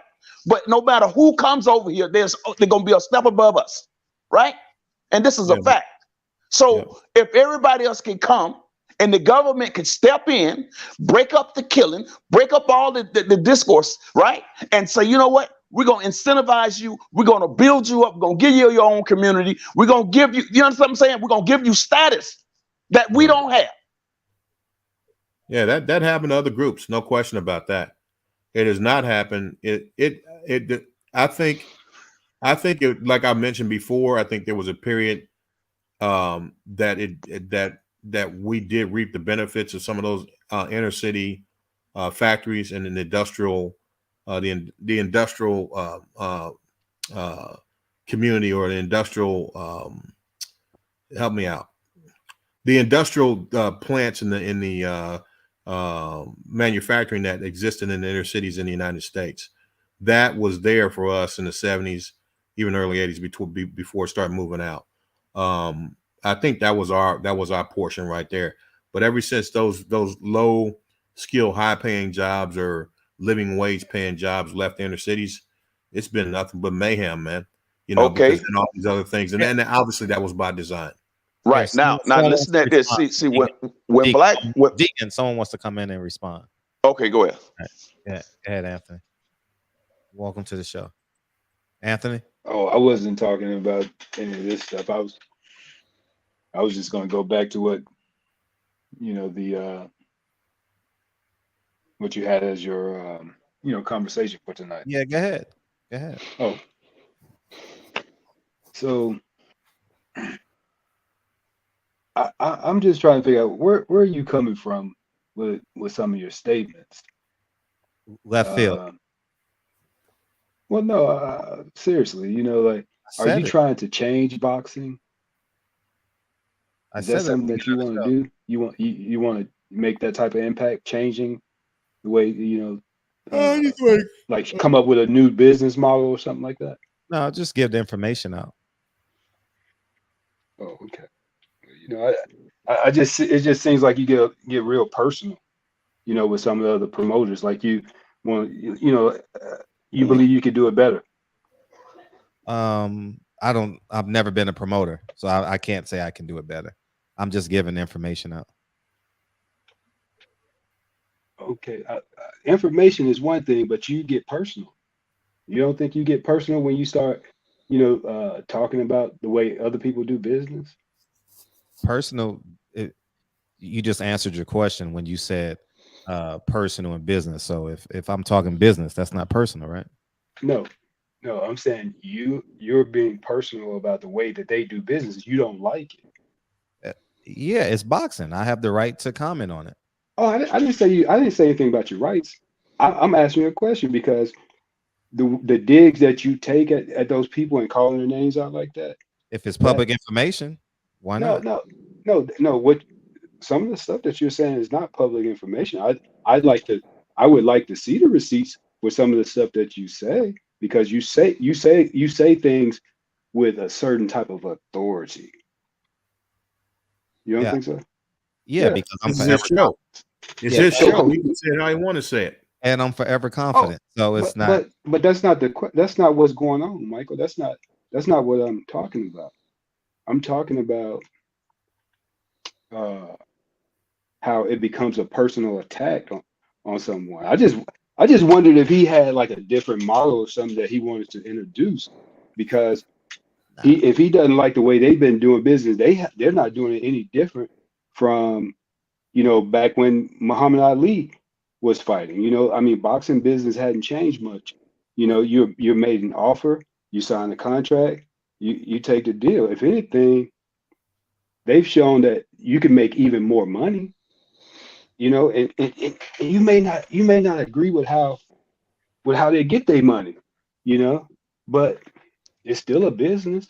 Mike, did you ever get my text? I'm just saying, it seems like you've been just now. Okay. No. The other day when we was talking. Oh yes, sir. I got it. I just wanted to know, like, what's going on with some of that, some of that energy that you put out towards those people, man. Like, I mean, I want to see your model. I don't have a model, and I've never claimed that I can do it better. I have the right to be a critic. Okay. Because at first you said you were putting out information. So critic and information is two different things. Because critic is what I'm saying. You're criticizing. I can do both. You are criticizing. I'm not. I can be whoever I want to be. If I want but to, you're also putting false information. You're making a false narrative. If I like want your show tonight. If I want to be Superman, I could be Superman. Oh, okay, all right. I mean, I enjoy your show. I mean, I watch the show. It keeps me up while I'm working. I just had a question, brother. I ain't trying to disagree with me. And gotcha. And I don't mind that you disagree with me, but you appreciate that. We'll be coming back in here in 6 months saying I'm right. That's it. Simple. And if you don't, I mean, most time people put receipts out there when they put that type of information out there, because right now it just sounds, like gossip or something, man. Hey, no disrespect, brother. Can we get back on that topic we was on before you came in? I got thrown all off. I'm not lying, bro. It's Fred's show, bro. I was just getting crunk, man. I was just getting crunk, bro. Fred asked me to speak. So no disrespect. I'm just saying I was just getting crunk. I didn't take it disrespectfully. I'm good. Like, what's your solution to fixing boxing, Fred? Like, because you asked us for solution for fixing the community. Control their career. But how they gonna do that though? It's like same way you got to be independent first. You got to be independent, and it's hard to kind of push yourself from the start. It's not. Hey man, hey Fred, Mike, hey y'all, I catch y'all on the next one, man. I'm a fault. No, hang on, man. Hang on. I mean, you have the right to sign the contract or not sign the contract. When you say not in charge of their career, I mean, you can say that for any sports. Any athlete that's playing professional sports, they all sign a contract. They all have to adhere to some type of rules just in order to be on that team. So I'm just saying, if you have a different model, that you would have some constructive criticism at that point. But just to blame two people in the whole sport that this is why boxing, and boxers aren't making it. That's just That's pretty ridiculous of a It statement. could be. You Hey, know? I'm not going to dispute you.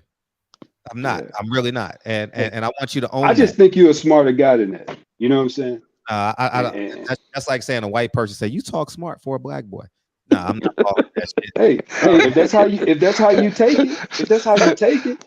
But God, like I said, I cool. listen to you on the regular. I think you seem like a very wise guy. You said, hey, look, I went out and got an 800 beacon, bought me some apartments, and now I don't have to work for them. Well, you know, I'm just saying those guys decided to do it that way, and they want to walk along that walk. I just want to see what did you have that you could add, or you know, constructively to how to fix it. I'm sure they would like to know too, because you know you're successful, right? They do know. Fighting once a year, they do know what the answer is. It's just, do they have the courage to do it? Well, maybe it's enough for them because they got other things going on, you know, or maybe that could be the reason. Anyway, man, I just called to say that, man. I really, you know, I like the show. You know what I'm saying? Hey, Anthony, let me ask you a question, brother. Anthony, is Anthony, right? Mm-hmm. Okay, did you hear what we were talking about before you came on? Myself and Yeah, Deacon. but I had said to Fred earlier, you know, like drop the link so I can get in, but I ended up getting in the shower. Oh, so you didn't hear what we were talking about? Nah, I just about the last 20 minutes or so, you know, because whenever I signed in, you know what I'm saying? Did you hear what I was talking? Did you hear what I was saying before? What I talked about? It seemed like y'all were talking about some changes about America or something with the race or something like that. I don't know, history of it. Yeah, so let me ask you this. Yeah. Do you think that's an important topic? How do you think, or do you care about that sort of thing? I mean, I'm sure it's an important topic. Is it important to you? Is it important to you? About exactly just the conversation that you guys were having. I really didn't hear it, but I just heard whenever I signed in, you know, that's what I heard y'all talking about. It sound like. Are you concerned about the condition of Black people in this country? Yeah, I mean, I'm a Black man. I have a Black wife and children, so yeah, I'm always concerned. All right. You know, why are you concerned? Well, I'm concerned about our safety, number one, and you know that's where it starts at. Everything else, you know, it just comes naturally because that's what you know you train to work and do things like that. You know, because you have to provide. But I mean, I don't know. What's your point you're trying to get to, bro? Well, do you have sons, kids? Yeah. You have sons? Mm-hmm. All right.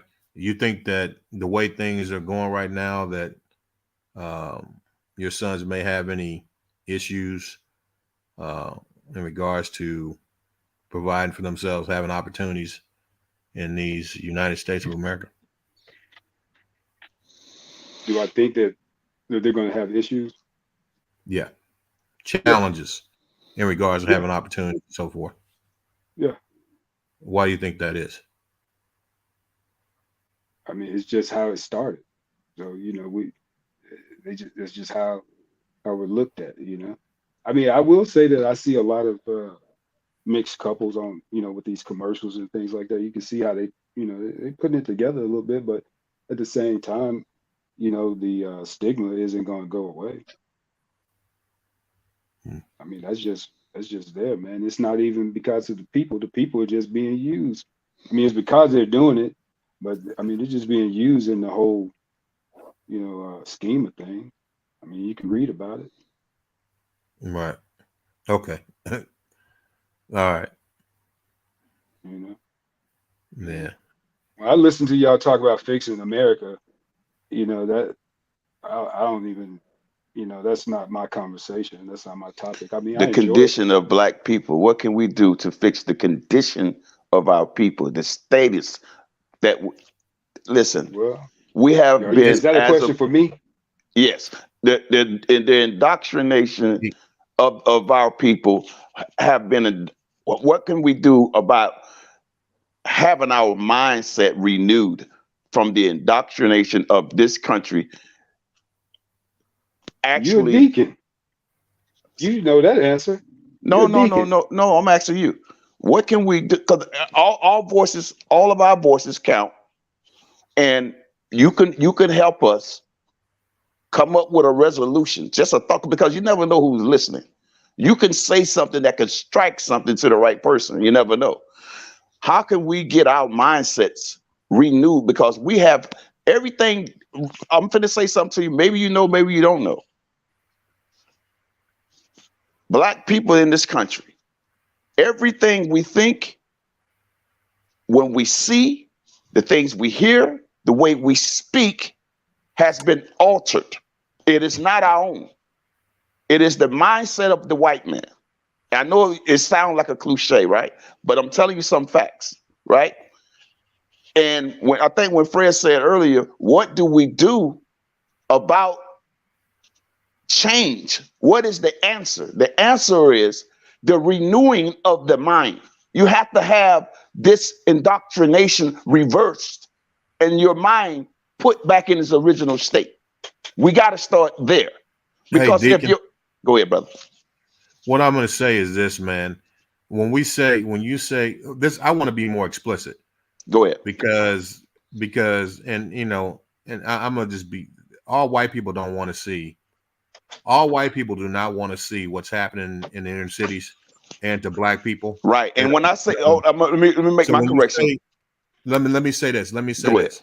I think a more accurate statement is to say the destructive mindset that we have right now, the self-destructive mindset that we have right now. That's what we need to change. And it is a function of the things that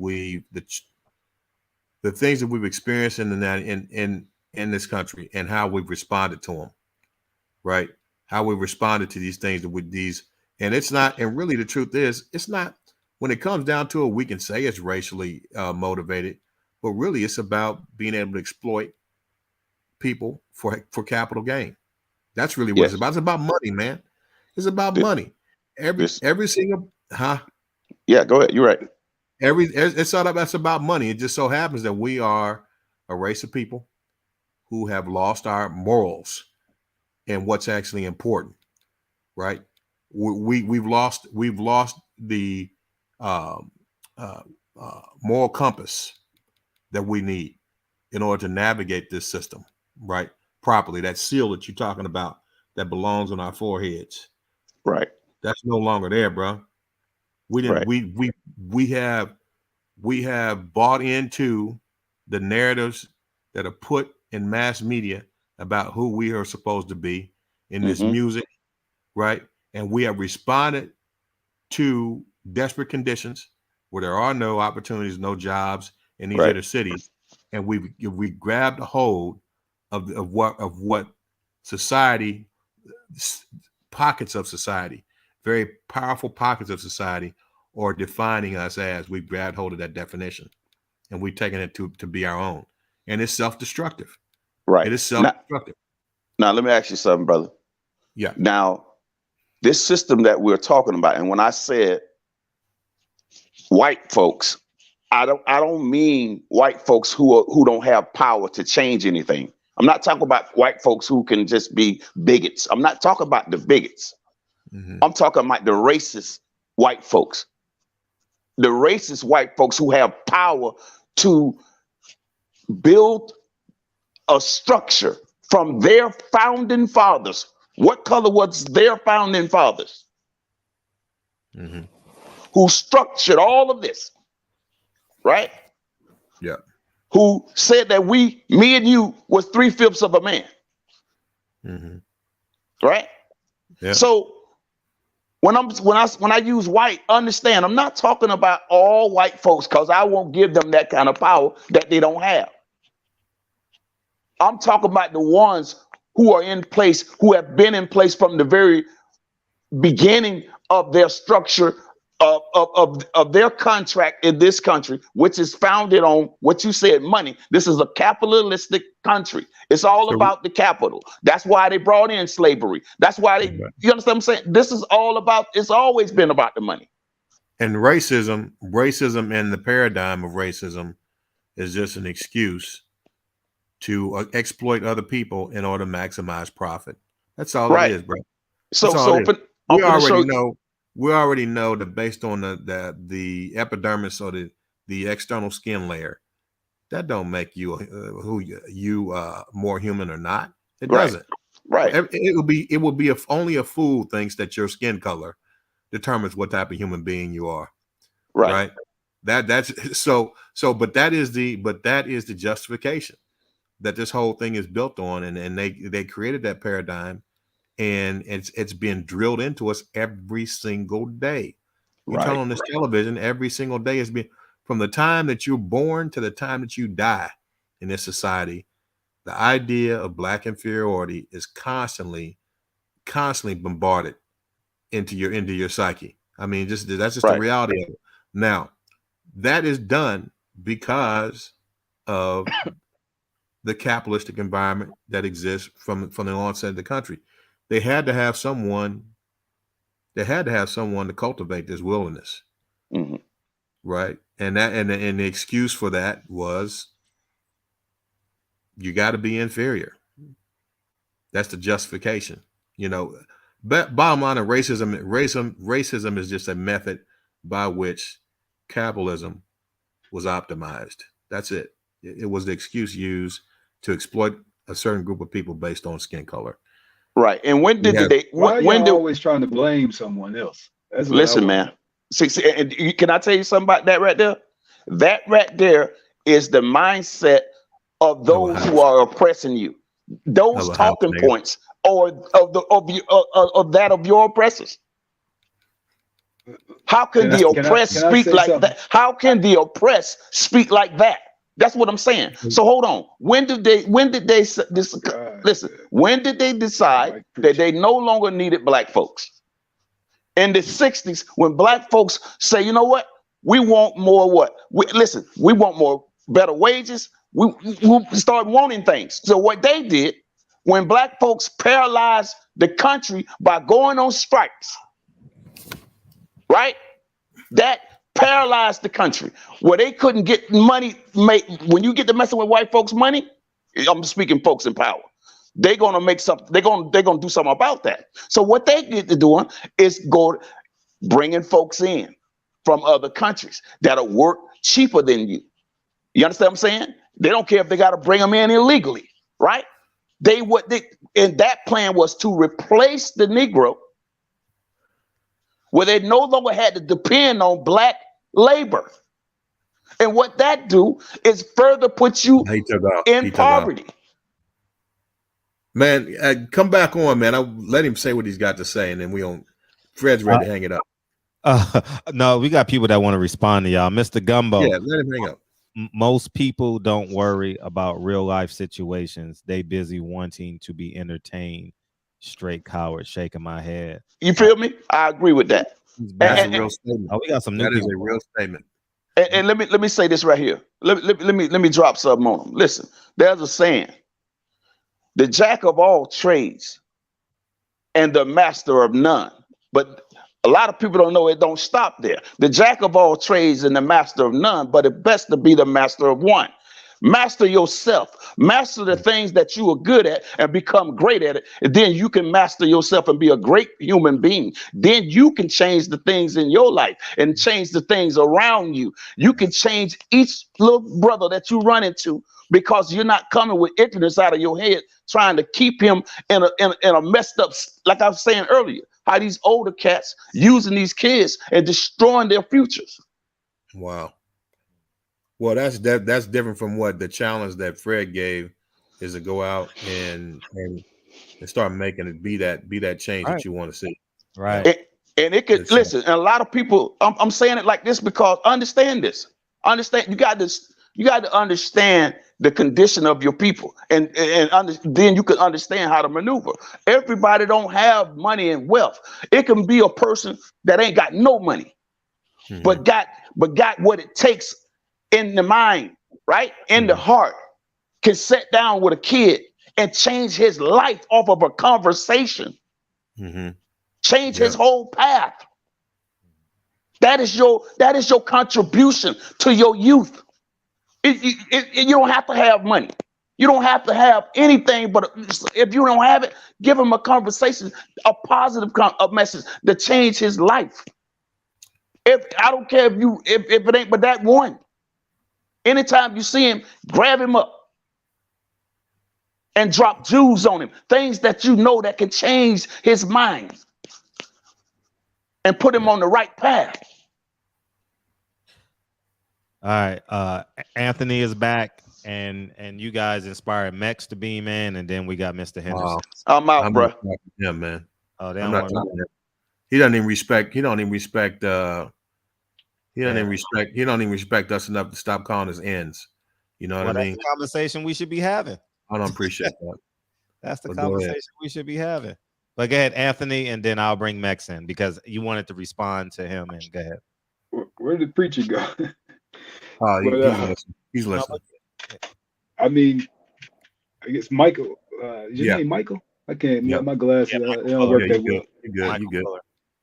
But yeah, man, you were almost there when you know, as far as your point you were trying to make about trying to change things, you know, but you didn't complete it, you know. It sounds like you've been doing a little bit of reading. Help me out. In the Bible. Well, help me out. What did I miss? What I fall short? Y'all just do a lot of preaching, man. You know, no, I mean, why not just take and pull out your book and read a couple of scriptures from Deuteronomy. How about go to Ecclesiastes or Revelations or something? Sound like you may know something, you know. But if you take them and read some of that stuff too, you may reach someone that way, you know, just by completing the task, because you keep blaming people. But if you go to the book that it seems like you're talking out of, the Bible, you'll see that Black people, they were given the promised land, and then they decided they decided to. I'm sorry. Let me finish. Let me finish. You said they, you mean we? Let me finish. Go ahead. I mean, I'm speaking as, I guess you could say, what would that be, like a third person type of role right there? But okay. The point is that they were given the promised land. Okay, and our ancestors decided to praise other gods. You know, the ones made from wood and stone, all those different things. You know, so that's why we're in this situation. And we continue to go further and further down the rabbit hole. We can't keep blaming, you know, some our oppressor, because we're given certain liberties, you know, to live a really nice life over here in America. No, see, that's what I think you guys. And the ones who choose to go the other way, that if you're old enough, you have just made a decision that could change your life. Right. You know, everyone that was in the wilderness that was 20 years and younger at the time, when he said he was going to kill them all, the ones that were 20, that were under 20, he didn't kill them. And then he also spared, who was that, Joshua and somebody like that. Joshua. But, you know, Joshua. I'm just saying, you got to stop blaming. If you're going to blame anybody, you blame God. But no, man, you went against him. So that's how we end up here in these ghettos. So if you want to talk about the change and how to reach the people, and you want them to understand their history, you don't want them to understand so much about the history that you're trying to explain. Explain the history that is our history, and that's in the book.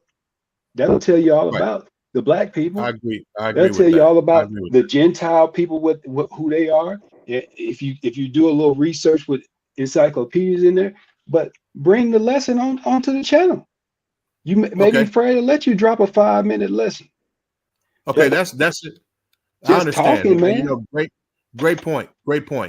And what I'll say is that that's a holistic view of looking at it. And of course, I know that story. I do know the background there, but you can't give people that's solid food, man. That's more of a solid food. I'm giving them the milk right now. A lot of people can't handle. A lot of But people the can't milk handle what that you're you're talking giving is about. spoiled, man. It's rotten milk. It's not spoiled. It's It reality and it's the is. truth. It's not It's spoiled. And this is what okay. I'm. How can the truth ever be spoiled, bro? I just Okay, told you what the tell me. truth is. If you want to put the truth No, out that's there, part of the you truth. put the truth out there. That's the That's truth. part of the truth. The truth. So tell me what part of what I said today I'm not is saying a that. lie. I didn't say you shouldn't explain the history of Tell what me. how they arrived in Tell America and me. stuff like that. But I'm saying that's not what's gonna build the people. If you want to build the people, you got to get them on the right faith, and then The you all word have to come says. together. Hold up, you have to come together under that one faith. Okay, and then under that one faith, it teaches you in the commandments. Read your 10 commandments, and it'll tell you as long as you do that. He said all the love, all that stuff is all in those commandments. And he pulled one and he said, and the rest of them meant the same thing, love. So if you Sure. do right, then you know the next person gonna do right, everybody do right.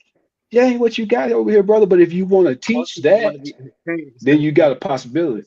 You have to tell me before you can say that what I'm saying is spoiled. How can the truth be spoiled? And what part of what I said was not the truth? It's just a certain aspect of the I truth. didn't say it wasn't the truth. First of all, hold on. Let me finish, man. You now let me finish. Okay, Let I me thought you were finish. Let done. me I speak mean, now. you No. said a sentence. I'm Now you're asking gonna answer it like the preacher I'm does. asking. I need you to answer that question for me. Okay, so but not now. Let me finish what I'm saying. The other portion of it is this. Okay, I never charge. I don't talk about blame. What I'm doing is I'm explaining a just like I talked about before, a universal law that controls and sets boundaries for all human physical and spiritual interactions, and that is the law of cause and effect. If you look at anything, if you look at any reality that we see in our society, you're looking at the effect. You have to, as an intelligent mind, you have to define the cause. You have to answer the question of why.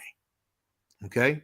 In order to answer the question of why, you have to gather a myriad of facts and analyze those facts to come up with why it's happening. Because until you define your problem space and understand those whys, you'll never be able to figure out a viable solution for the problem. You got to be able to explain the whys. Now, when we talk about this whole situation with what you were saying, going back to the biblical aspects of it, that's the raw truth, man. What's in Deuteronomy, it talks about those curses in Deuteronomy 28, and that's what we're experiencing right now as a result of everything that you talked about. But that's meat, brother. That's meat. I'm talking about milk, because a lot of people are not ready for the meat. Okay, and for me, and really, what brought this up is because this guy that just came on, Mex, that came on, a young guy now that just came on, where he mentioned that first of all, I'm not talking about blame. What I'm doing right now, because ultimately, whether we're successful or not, we're in this maze, and whether we navigate the maze correctly or not and survive it, that's our responsibility. Okay, the fault will lie ultimately at our feet. So I'm not trying to say, oh, this I'm saying there are laws of cause and effect that have to be evaluated. That's a universal law that cannot be avoided. Okay? When I talked about bringing this up is because I had an issue with this guy Mex that just came on, calling black people on this channel and on Child's Fam channel ends, and making a statement that racism, that we as black people have no respect for our ancestors.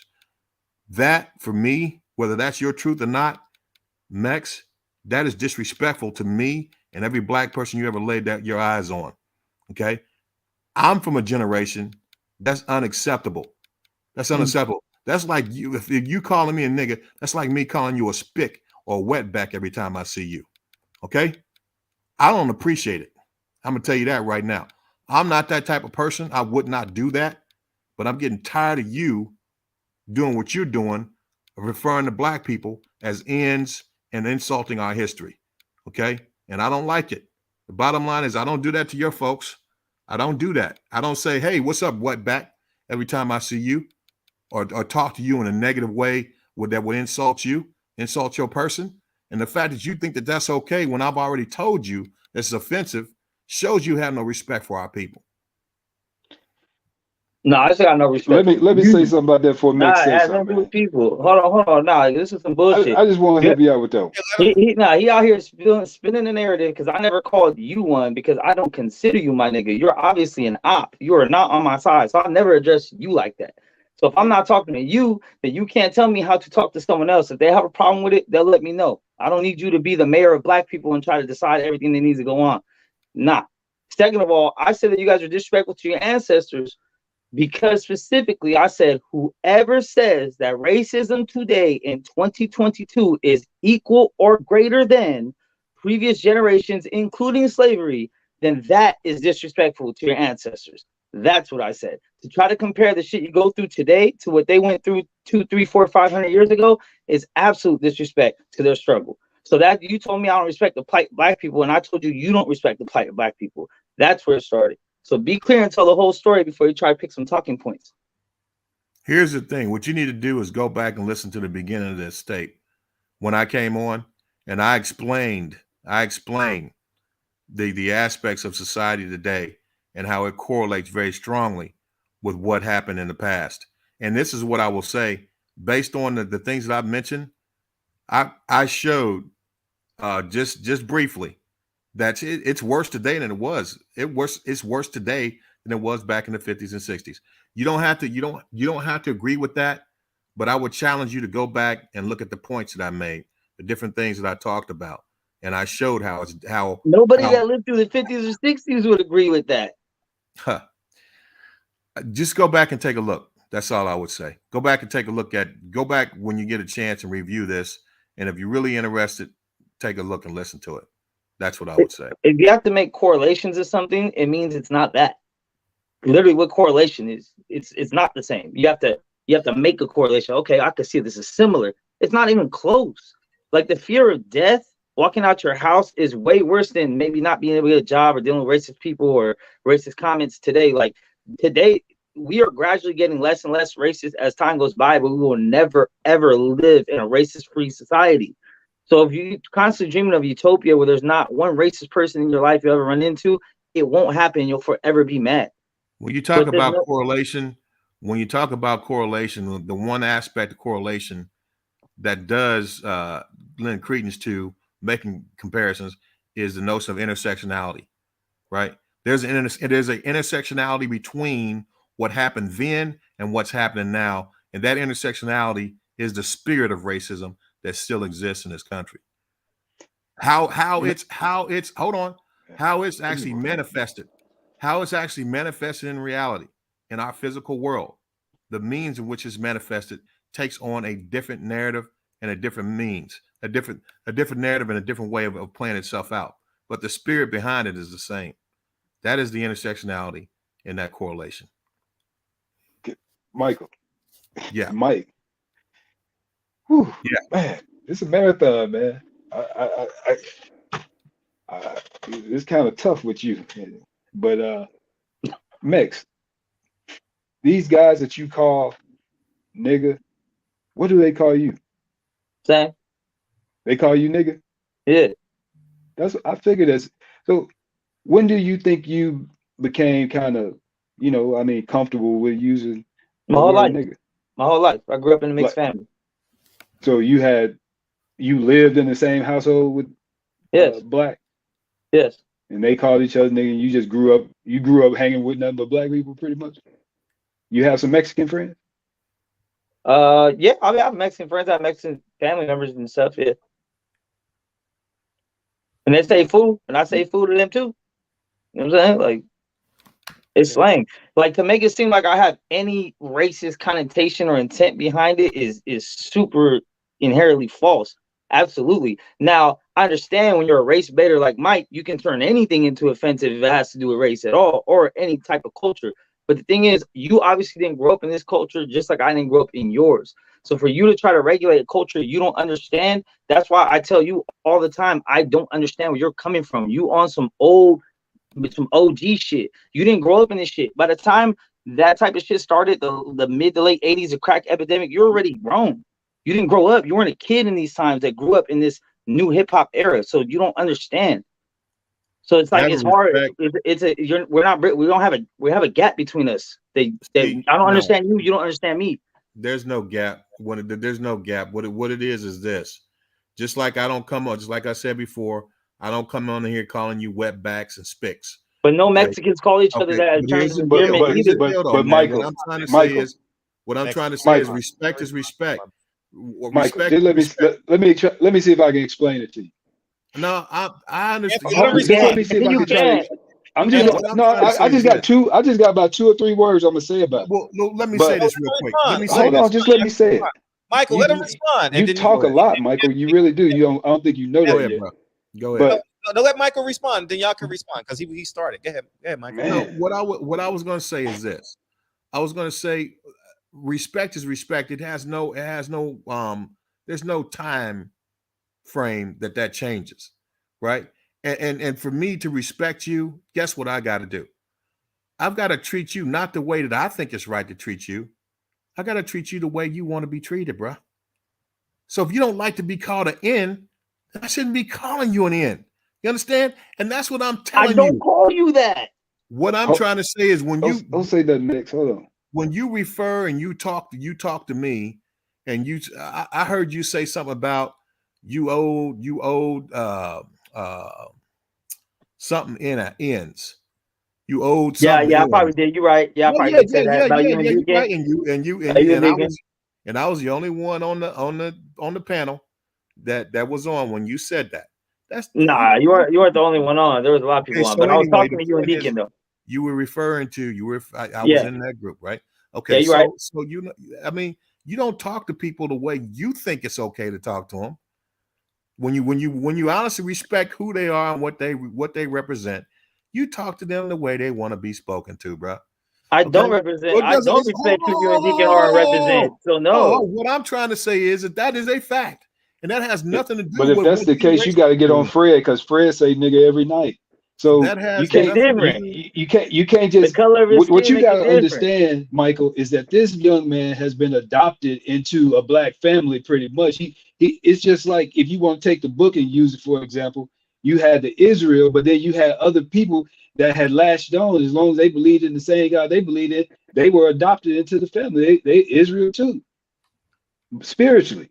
The dude he don't mean nothing by it. You just an old dude who don't like it. But if you don't get on him, you might get on Fred too. To tell the whole story that's bothering you. Because Mike like leaving shit out. Mike loves leaving shit out of stories.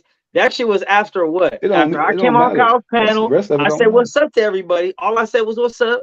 I said, hey, what up, Deacon? And right away, you and Deacon started coming at me after I said hello and started talking about Deacon mostly brought him bringing in the Mexican instigator and blah, blah, blah. Deacon go off thinking he got set up. And then you started going into it. Both y'all started getting at me. So I don't start shit with you guys. I didn't come at you at all. What I did was I explained to you that I thought the Deacon's issue with you is not the color of your skin or anything like that, because that's the narrative that you tried to push. And what I was saying is, I don't think that's the problem he has with you, bro. I thought the problem that he had with you, this is what I addressed the whole time. I didn't address anything but this. I said, the problem that I think he had with you is that the way that you insensitively talk about the plight of black people in this country.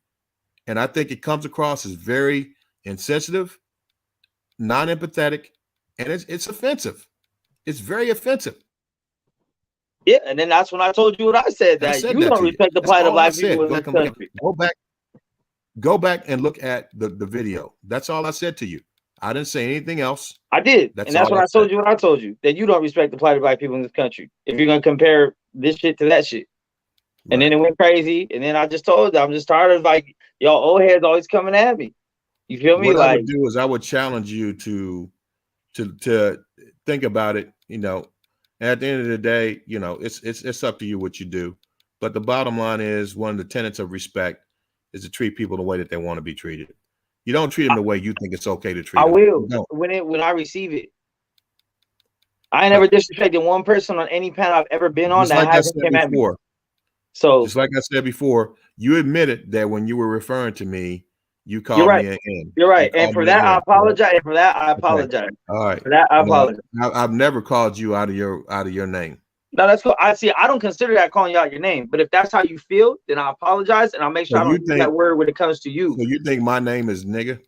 That's what you think Obviously, my that's name not your name. Obviously, it's not your name.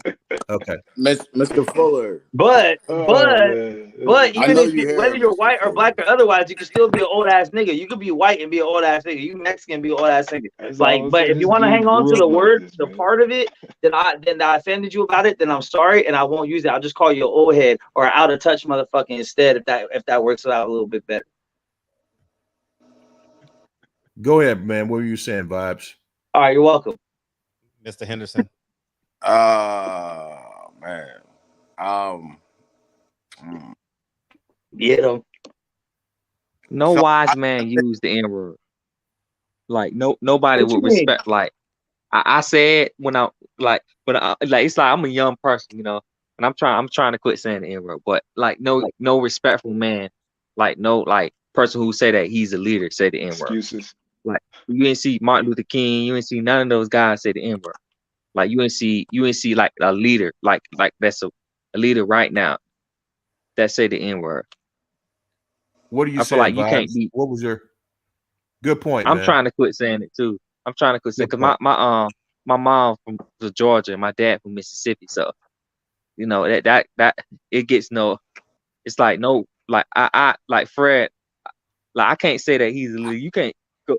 Let's just say somebody your kids get the N-word from you. Like Vibes, I want to hear from and you, they brother. start What saying you the N-word. gonna say? Illicit Vibes. What I'm you just gonna saying say, like bro? no real like you don't see Al Haymon and like nobody that's in the position of power say that word. But I think that we got to quit saying that word. I agree.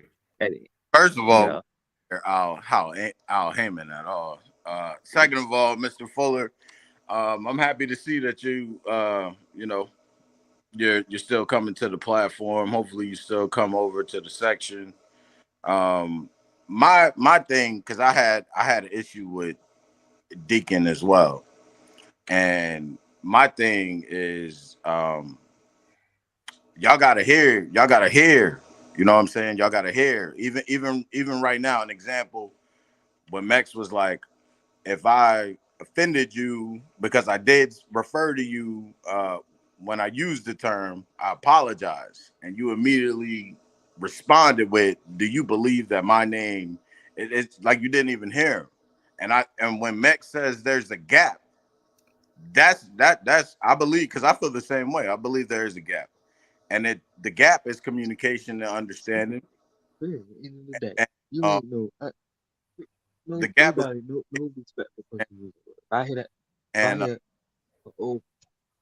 I think if we can learn to communicate with each other, then that's how we fix it. You know what I'm saying? These issues that everybody keeps highlighting. And Michael, I would like to challenge you too.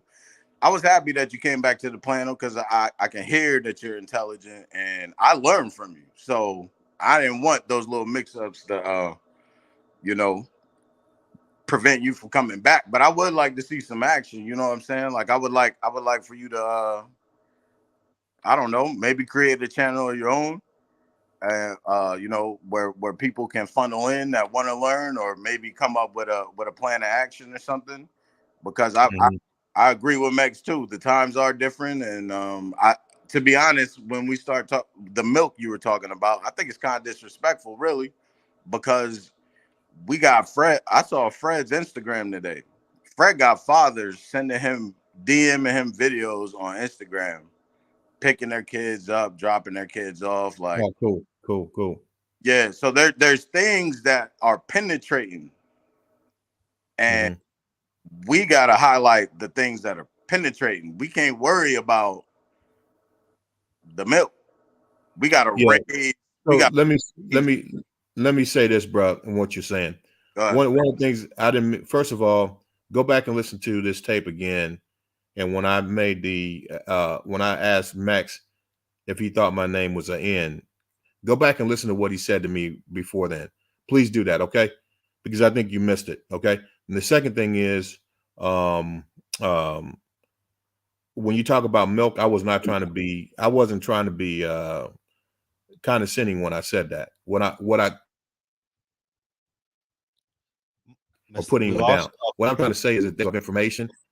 There's a lot of information that goes into this area that we're talking about, and you just can't open up the water hose and feed everybody or feed someone that all at once. You know what I mean? You have to, in order to give people a chance to digest thing, you can only let a little bit out of the water hose at a time. You just can't open it full bell and just start going through, what's going on today, the historical things that are biblically based, putting all that in one particular statement.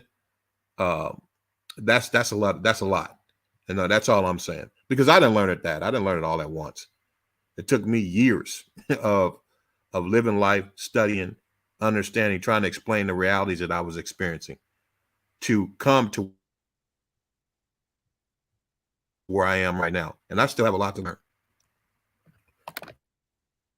Yeah, man, we got to like black people, like what Jewish people do, like they built their generational wealth today. And like I feel like we got to do that. Taking your kids to school don't mean shit if you can't get them no money to live, create that generational wealth, like create jobs for a lot of black people, like Jewish people do. Bro, you still a virgin. You funny, man. Like Asian people did. Let me bring in Birdman, and then you know what I'm saying? I don't care about getting picked up from school. I care about living a quality life. Birdman. Hey, what's up, fellas? What's up, everybody?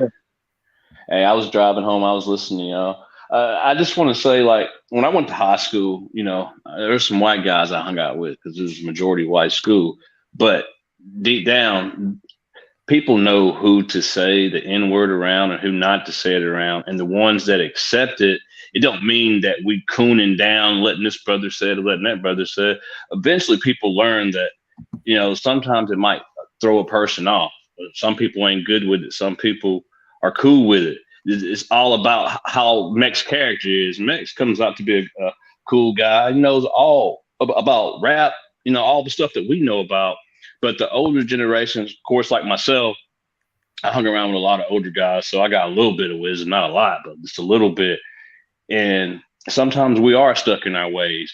But at the same time, if we're trying to teach this generation coming up, we have to show them a better way, not just because like when Mex said something earlier, you said, so do you think I'm a nigger? Or something like that. I think Michael said, which Michael, you do have a lot of good points, but the thing about it is just because Mex used the N-word don't mean he don't respect you. It's a part of slang. Like I'm older now, I'm 44 now. So when some guys say the N-word, it's a part of the culture too, basically. It's not part of my culture. It but don't have to mean. Let me finish though. Mex probably he doesn't mean disrespect just by saying it, but like when both of you guys are intelligent, y'all gonna butt heads because one of you are sharper than the other. One person thinks that they're sharper than the other, but y'all are both intelligent. But at the same time, why would Kyle accept Mex if he thought that he was just being disrespectful to the rest? I mean, he's not shown that he's disrespectful to anything, but eventually as time goes on, Mex is going to grow. He's going to get older and he's going to learn, man, I used to use that word back in the day, but I don't use it no more. At the end of the day are you a nigger? I'm not. I'm a human being. I'm a child of God. So I let the other stuff go. How are we going to move on if we keep letting little small stuff hold us back, such as the N-word? That's not small, first of all. But listen, okay, there's a lesson to be learning though. If you say it somewhere else, and some people aren't going to like take it like we do. It's just like, man, it doesn't mean that he's racist. It doesn't mean he probably don't mean the disrespect that I'm trying to say. Racist. I'm not saying but I'm just trying to get my point across. I'm just saying that you don't like it. I understand that. I would never try to use the word around you, but away from you and my homeboys or something, we just throw it out. It's just like saying, what's up? This and that. But that word could mean a lot of different things if you let it. All right. So, hey, Fred, Deacon's right. But no respectful person says the N-word. None. I'm gonna let him in after the. But hey, Birdman, your comment about me saying, so you think my name is an N. No, I'm not calling you that. I was just repeating. No. I'm not saying that. I'm saying when I said that to Max, what I'm asking you to do, please go back and listen to this tape again, and you'll see why I asked him that question. There was a reason why. Well, but at the same time, though, I felt like that. Not saying that you're disrespectful. I just took it as that was kind of disrespectful to little boy, and I felt like it was little boy, and when you said that, No. But Fred was mad at he was mad at Joe Rogan for saying it. So are you gonna be mad at Fred for saying? But remember, Fred, you said you was mad at Joe Rogan for saying it. I was too. Like, you can't say 60 times and then talk about Planet of the Apes. Like, what respectful person said? Okay, we're on social media all the time, and Mexico on social media all the time. Like, some people have bad intentions. Some people have bad intentions for it. How can a respectful man say that he said that word? I said, and I'm respectful. Too, but I'm trying to quit saying it. I told myself I'm trying. Okay, so why is it okay for you to try to quit saying it? Not okay for Mex to try to quit saying it. That's what we're here for. We learn off each other. Okay, some guys, older guys, don't like the word. I can respect that, but at the same time, it takes time to quit a habit or to stop saying something. You can't just jump on the guy for saying the N word. I'm not saying I said a lot less than I used to in my teenage years. Everybody says the N word, man. It's how you make it, how you perceive it. Let me say this. I disagree with that. Where I'm coming from. Maybe you understand where I'm coming from, Bert. Just let me say this, okay? And I don't talk like this. I don't use these terms. I'm just giving an example. That's all I'm doing. Okay. So if I'm talking to someone, in fact, I got a Mexican gentleman that's doing work for me now. He's doing work for me as not now at this moment, but he comes in every day because he's doing work for me. I don't just go out and say, "Hey, what's up, my wet back?" or "What's up, my spick?" You understand? Because I know that's not comparable. Hold on a minute. Let me finish. No Mexicans say it to each other, though. So that's a bad argument. What I'm trying to say is this. I'm trying to say that I don't do that, not only because I don't talk like that, but I don't do that because I know he wouldn't appreciate it, and I have more respect for him as a human being than to do something like that. What I'm trying to say is, I get it. When you have respect for a person, you speak to them and you refer to them the way that they want to be referred to, not the way that you think it's okay to. You know what I mean?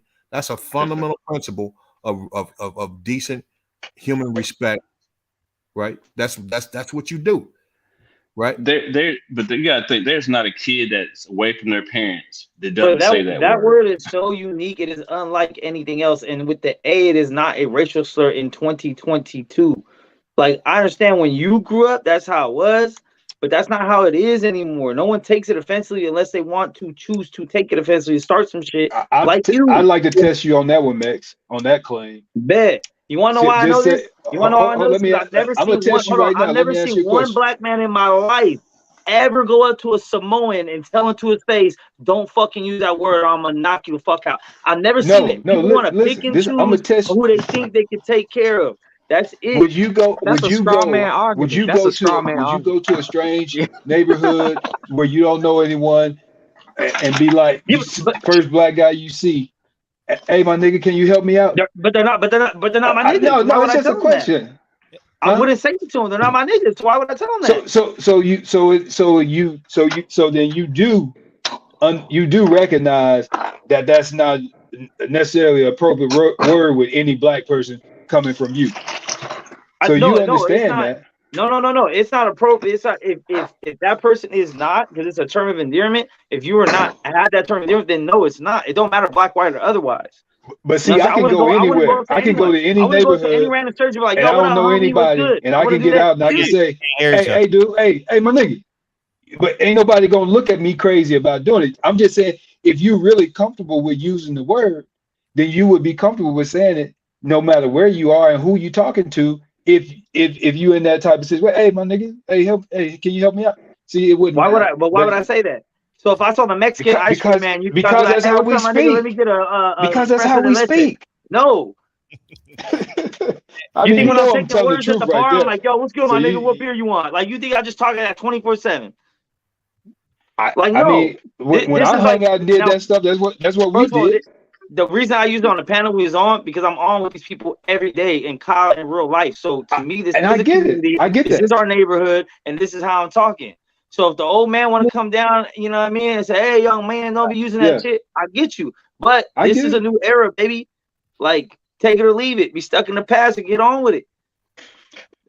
No, I get it. I was just testing your theory when you were talking, like, you know, Yeah, I know. Like, like I ain't don't, nobody like, else I gonna wouldn't have go a up to my problem with you grandma saying or it. no So one I'm like just, that. you know, I don't even say that. I don't say it to my stepdad, nothing like that. You know what I'm saying? But for certain, you know, certain individuals, certain crowds, yeah, for sure.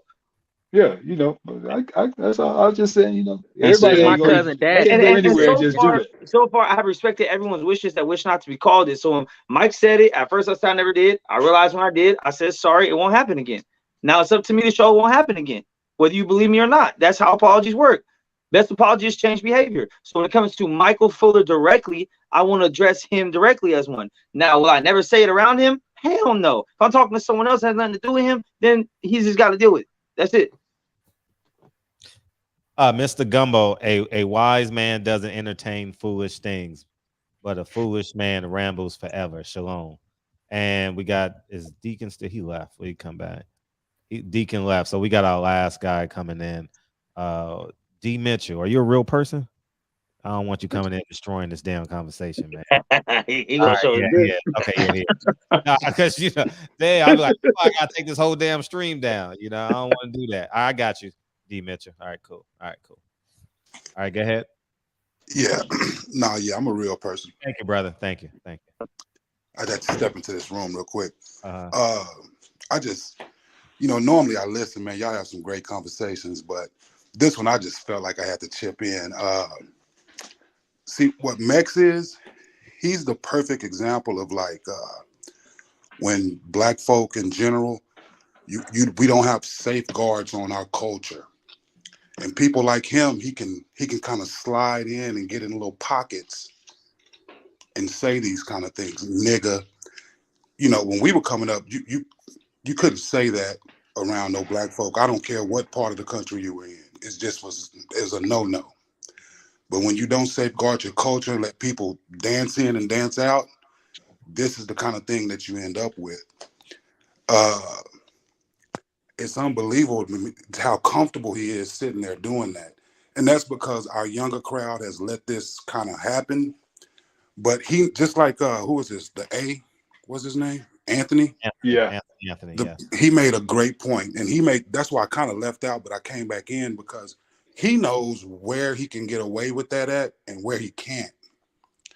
And I'm sure there's things that the Mexicans say amongst them, they call each other, like what he calls a term of endearment, that if a Black person was saying that, they would have a problem with that as well. So he knows what he's doing. He's just found little pockets that lets him get away with that. But as a bigger conversation, this is part of the problem with us, is we allow them to just dance in and out when they feel like it, and there's no repercussion. So that's really all I wanted to add to it. Hey, can I add something to that real fast, Fred? Yeah. Well, all right, we're saying that, so Mex grew up in a mixed family. Don't matter. Oh, no, it doesn't matter. Because I grew up can we kind of say something? We all grew up around white folks. Yeah, but it was understood. They knew better. Can I say something though? And we all know better. It's not just the young generation's fault. It's your fault, my fault, everybody's fault. But can I say something? At the end of the day, he's human. We're human. Are we going to just put it as it being a race, or we're going to put it like how can I say this? For humanity, that's not a good word. We all know it's not a good word, but that particular word, you can use it to mean good or bad. Culture. All cultures. There's nothing cultural about the word nigga. Hold on. It's just a word. Real quick. All cultures have things that they kid with each other about, or they may call each other. Hold on, hear me out. Within the culture. Families have that. Cultures have that. But that is to remain within the culture. When we put our show on the road, or when we come in contact with others, there's barriers, there's respect. Again, There's things that Hispanics may call each other internally that they would not tolerate blacks doing. They don't though. It's well, I hear you say that's easy to say, but we all you know. I mean, you're the one that's making true. the statement. Then what is the word? You know that's true. I don't know because It's I'm not. not. It's not deep in because there Hispanic is no culture. word that any race uses that used to be a slur. They use now as homie. It's unique. It's the only culture Look at that the did tiger that shit. situation. That's not The true. tiger situation explains Okay, that. what's the other one then? That's not What's true. another word? Name me one other culture, one other race that took their slur and turned it into mean what up, homie? Tell me just one. If I'm lying, tell me just one. Since you guys are so, go ahead. Well, see, what you're saying is we took a slur and turned it into something else. You don't know that. The point I'm making Well, you took is the ER, it's a whole different word, but go ahead. Right. The point I'm making is there's cultures within cultures, people within cultures call each other other things, no matter what it is, whether it's nigga or whatever you guys may say amongst you, way or my, whatever y'all say. But you would not tolerate blacks or any other groups coming in there doing that same thing. However, go ahead. My bad. Go ahead. Has anybody on the panel grew up with like somebody that was non-black African American descent? Y'all grew up from 5 all the way to like you're grown men now. They've used the word, and we know how people mean when they say that word, and we accepted it. But does that make us bad for accepting somebody that we care about, somebody that we'll go to war with for saying that word? Does that make any sense? You know the funniest part about all this shit? The funniest part of all this shit, it would be perfectly fine if there was just a little bit of black blood in my system. If I just had a little bit, if I was like 1/4, there wouldn't even be a conversation about this. So really, it only has to do with my race. It doesn't have to do with culture or nothing. It don't have to do with how I grew up. It don't have to do with what I grew up around and none of that shit. All it has to do with is I don't have the blood in me. That's it. Right. Yeah, Mitchell. Okay, so what would you call that? If you're going to treat people differently based off their blood or the color of their skin, what would be the definition of that? You goddamn right. Tell me. That's the way the world works. What is the definition of me treating people different based on skin color? Tell me. Because what word are we talking about? People like you code switch. You'll take that fucking Kango off and you'll be over there right amongst the Mexicans saying niggas. That's a lie. Saying niggas the other way. See, that's a lie. What people like you do. That's how they do it in prison, Max. Exactly. You're hilarious. People like you'll act all cool around mixed crowds and around blacks. You'll get right around there when there's nothing but Mexicans, and you'll be saying nigga with that hard ER. I know your type. You don't know shit. You don't know a fucking thing. That's your problem. You guys come from like this place of authority and don't know what the fuck you're talking about. And we're supposed to listen to you. You want people to listen to you. You don't know one fucking thing you're talking about at all. Actually, I do. You don't, because I've never used a hard R a day in my fucking life ever. So for you to say, well, I know what kind of person, I know what you do, I know what you don't know shit. Shit. Yeah, I do. I believe it. You don't. Hey, if you want to follow me for a bit, I can show you. If you want to follow me, you want to do a day in the life of Max, I can show you. Max, if you're that interested. Let me get this. Let me get this. Mitchell, culture. You said culture. Who's the authority of culture? Who's the authority of culture? Yeah, you. You got to ask a better question. No, that is the question because you said Max. You said Max is not. Question. You said Max is not of the culture. No one person is the authority of culture. When so you can't tell Max is not of the culture. When you say who, what do you mean by who? Because no one person can be the authority of culture. That's a collective. So this goes back to what I just said. There is a gap, and it's through communication. Motherfuckers don't want to listen, right? The fact that we so you want Mexicans to call you nigga? You see what I'm saying? I'm asking. Do you see what I'm saying? Can you answer that question? So if he if the Mexican's saying, "What's up, my nigga? We're going over Kyle's show to do the boxing thing, right?"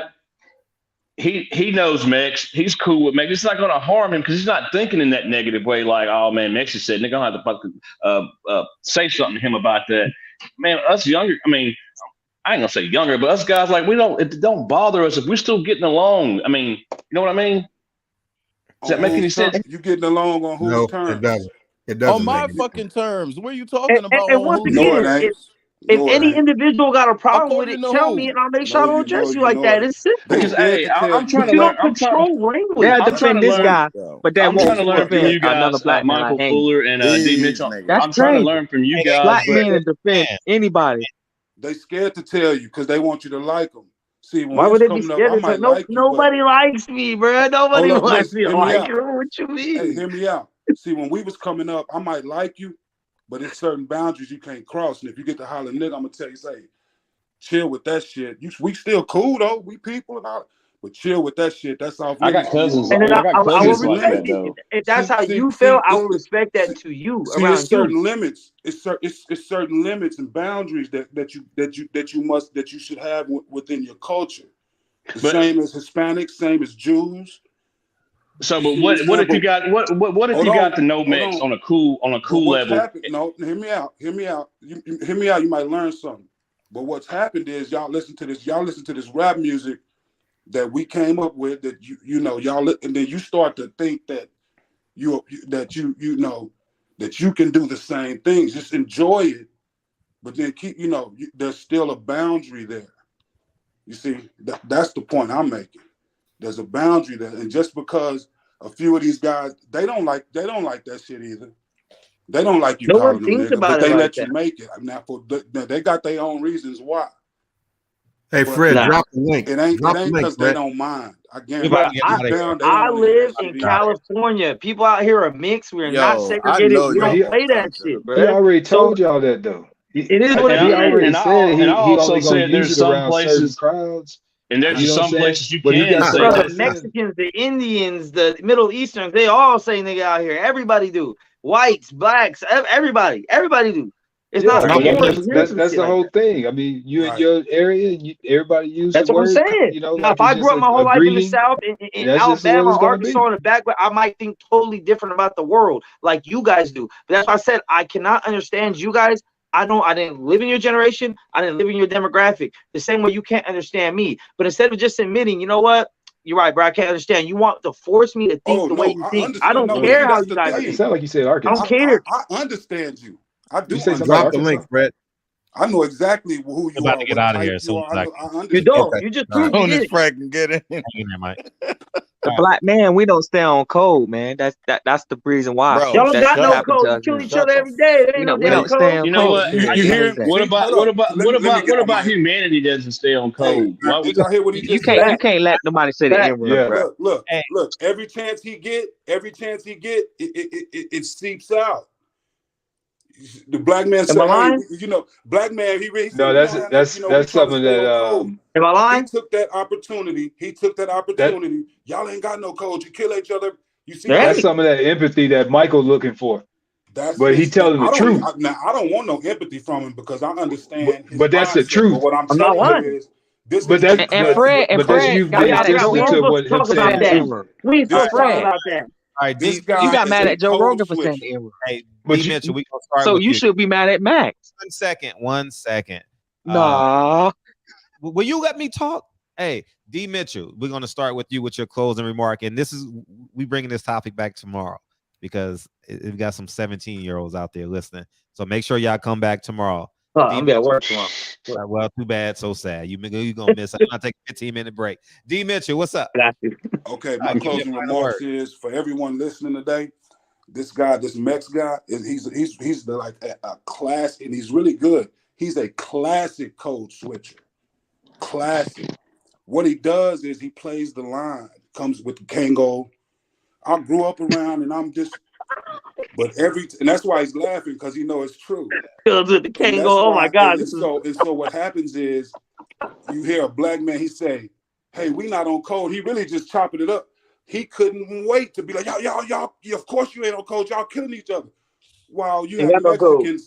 Mexicans down there cutting each other's heads off and shit. Yeah, Yeah, that's true. But this is Hey, but why you? and none of I'm us. not Mexican. I'm American, so that has nothing to do with me. And the Hey, only let him going get reason off. Let him get off so we can get out of here, man. and I All just right, brought that up bet. to give you an example We're of not how black. every time he puts his little digs in, but he got the Kango. He'll fool you, and then you have some milk toast guys like my other guy over here was like, man, we just young and we all saying it. You got to watch these kind of guys right here. These are the kind of guys you don't want around you because Milk they code toast. Who the switches. fuck? Who the fuck was you talking to? You nigga, you milk toast. Okay, Taking up bring for your him. ass here tomorrow. Well, he Nigga. don't need you to This take is up for clown him. with your old ass, nigga. He don't need you to take up What for you him. talking The to? word, man. Let him get. You can respond there when you got. Hey, he don't need you to take up for him. Let him fight his own battle. Don't take up Hey, for him. hey, you're not allowed to be friends with non-black people. Respond. Let him, these guys.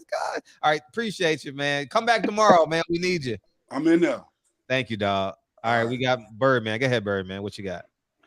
Hey, I say you got to get to know a person before you judge him. He just said because Mex is wearing a Kango. I got a Puerto Rican cousin that wears Kangos. I mean, but the thing about it is, we can't just sit here and think everybody is supposed to just jump on board and do what we say that's right. People got to learn how to figure stuff out for themselves. That's why we're here. I'm learning from all y'all because I never thought it was wrong. I mean, I thought it was wrong for some people to say it, but not wrong for other people to say it. Man, because maybe I'm wrong. You know what I mean? So I'm just learning from y'all. And I don't feel nothing's wrong with like maybe Mex or anybody saying it if they're friends and they got a relationship with that person and you don't mean it out of disrespect. But the older guys, you got to respect them too because they don't play like that. So it's always good to be cordial to everybody's space, I guess. But I don't have anything with it because I know.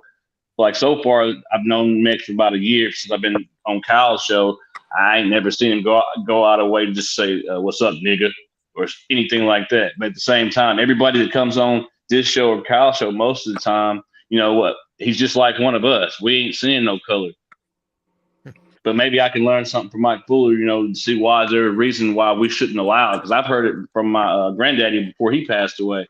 Hey, everybody don't need to say the word nigga because white people automatically think they have the right to say it. So I get it. I don't say it around my kids, but I say it around my homeboys 24/7. So I got to work on it myself. Appreciate you, Birdman. Anthony, what you got? I'm kicking everybody out when they get their final word. Go ahead. Go ahead. You know, like he said, you know, to keep things cordial. Mex, maybe you want to, you know, just use that around your partners that call you nigga. You know what I'm saying? But other than that, man, great conversation. I'll see if I can check in with y'all. Come back tomorrow. We're gonna come back tomorrow and we're gonna talk about this tomorrow. Man. Tomorrow. Nice to meet you. Boxing needs a break. All right, man. Nice to meet y'all. Thank you, guys. Max, what you got? Final words, Max. Oh shit. I gotta say, I'm gonna say what the fuck I say. I know people may or may not like it. I'm not here for everyone to like. Like I said, if someone feels disrespected, speak up, say so. In this essence, I do apologize to Mike. I didn't remember in the process, but as soon as he said what it was, I definitely remember calling him and Deacon old ass niggas. So for that, I apologize. Like I said, it wasn't with ill intent. It was just y'all some old heads. Y'all outdated. That's it. Y'all Atari. We on PS5. That's really where we at. So we ain't gonna forget how video games got invented and who the first one was and all that shit. But we passed that. We on another game now. So at the same time, yes, I use it as a term of endearment for the people I'm cool with. And if anyone has a problem with it, I'm pretty sure they'll let me know like all you guys have. So I've seen who I interact with. I know who I interact with. It's good. Don't get your panties up in a bunch. But eventually you're gonna realize that the game doesn't change. You feel me? So I mean, shout out to everybody. I got no problems with nobody. Don't give a fuck what your skin color is. Don't give a fuck what your bloodline is. Y'all just do what the fuck you do. Because at the end of the day, we all fucking Americans anyway. So stop the fucking division. Shit's sickening. But I'll let y'all. Peace. Peace. Thank you, dog. Mr. Henderson, what's up? Fred, I'm about to earn my coon badge. Okay. Look, man, I think Meg said it best. You got to update your software sometimes. You know what I'm saying? You got the dude that called me milk toast or whatever, you know, and he called me milk toast. He don't know me, and he's making assumptions about Mex and he don't know him. There's a difference between him and Fred and Mr. Fuller. You know what I'm saying? I like Mr. Fuller's education and his energy. And Fred, you know, I like Fred too. Fred marched to the beat of his own drum. And there's certain things that we can do if you learn to communicate with the younger generation and stop trying to dictate, right? Mr. Fuller said, and then I'm out. Mr. Fuller said we need to continue to educate ourselves. That includes the old brothers. Continue to educate yourself. Ask your younger brothers some questions about this culture that we run. Okay? And I'm out. Appreciate you. Troy, what you got? Yeah, man. I feel like you can't criticize Floyd Mayweather no more. If you let somebody say if you let somebody say the N-word, that come on, man. That's like if you saying that flower situation with Floyd Mayweather is wrong, then saying the N-word is worse. Saying the N-word, come on, bro. Like it's like bro, my mom from Georgia, my dad from Mississippi. You know, Medgar Evers got shot in Mississippi. He a few miles away from Medgar Evers, and the boy that got the death penalty. I forgot the guy name. The youngest guy that ever on death row. Yeah, right. You know, it's like they call that. Like it's like I can't justify that word. Like it's like I never like heard a respectful man. I never heard my elders. I never heard like people that was a leader over me say that word. You know, I feel like why are we justifying saying that? You know, and we don't stay on code, and that's the biggest problem. That's why the black man is where he at. We only stay on code for the streets, for killing each other. Oh, we can't snitch. We can't tell who shot that nigga. That's the reason why we here now. That's the reason. That's exactly the reason. We're ready to take up for some non, and that's all right to take up for a number if they right. We ain't saying that, right? We quick to take up for somebody.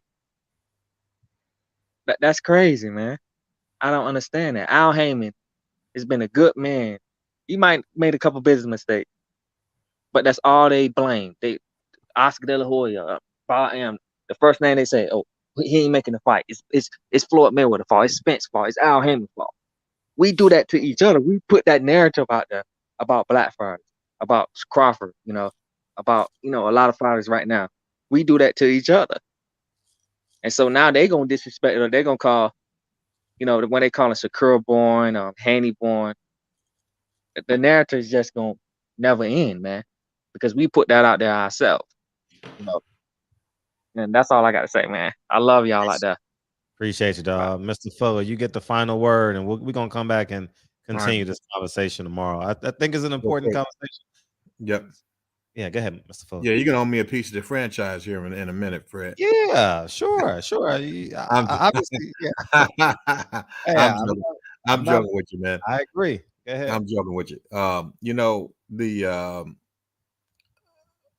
There's an old adage that says, if you ever want to hear the truth, what you do is you ask babies, drunks, or people that get upset, right?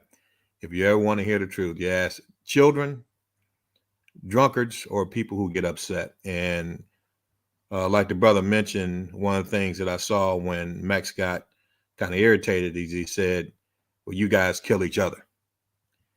And then someone else said, yep, he's right. And that is a fact, right? That's a fact. It goes back to what I was talking about when I first came on.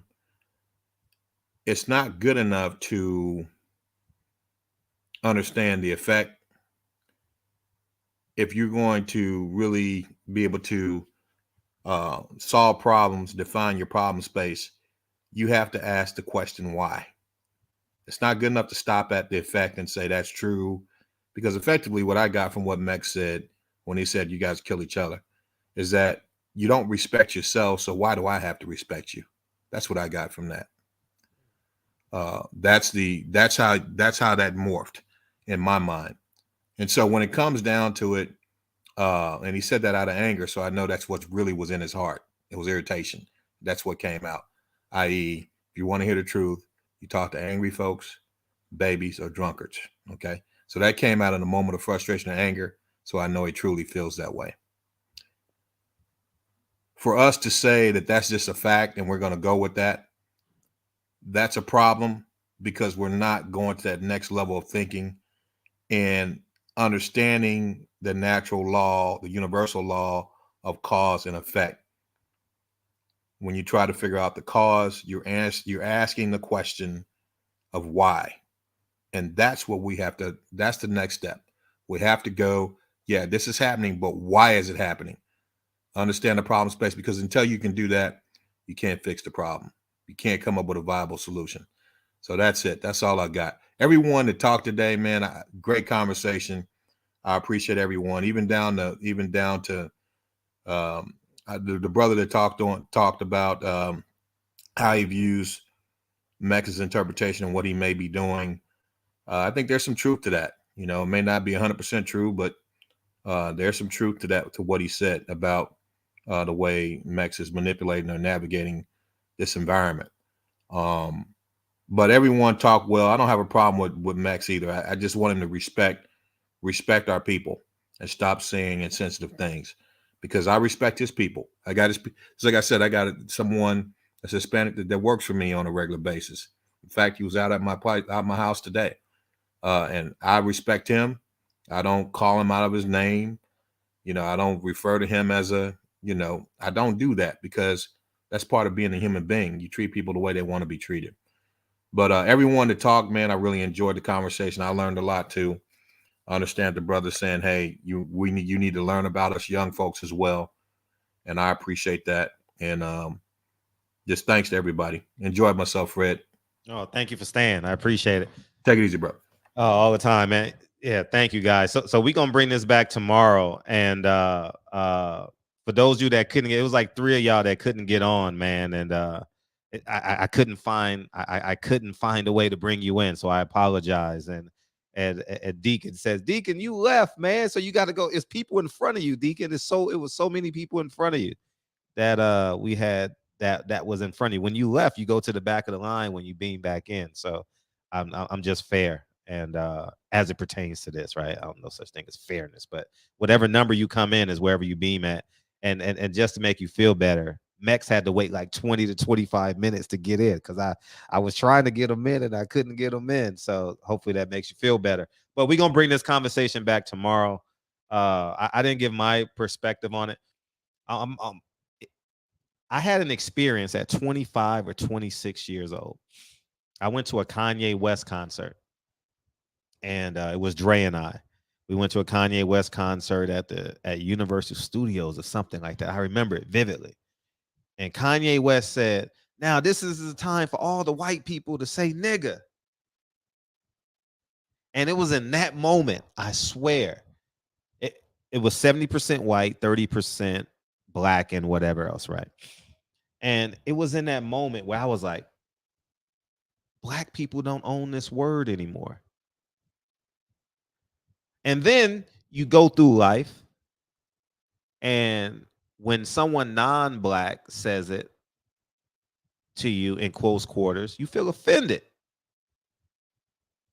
And then I get older now that I'm 44, and now that I'm older, I don't have the desires to fight that word anymore, right? So I will excuse myself, or not unless if it's one-on-one, I will have a conversation. But I'm 44, 45. I don't want to go out on an N-word.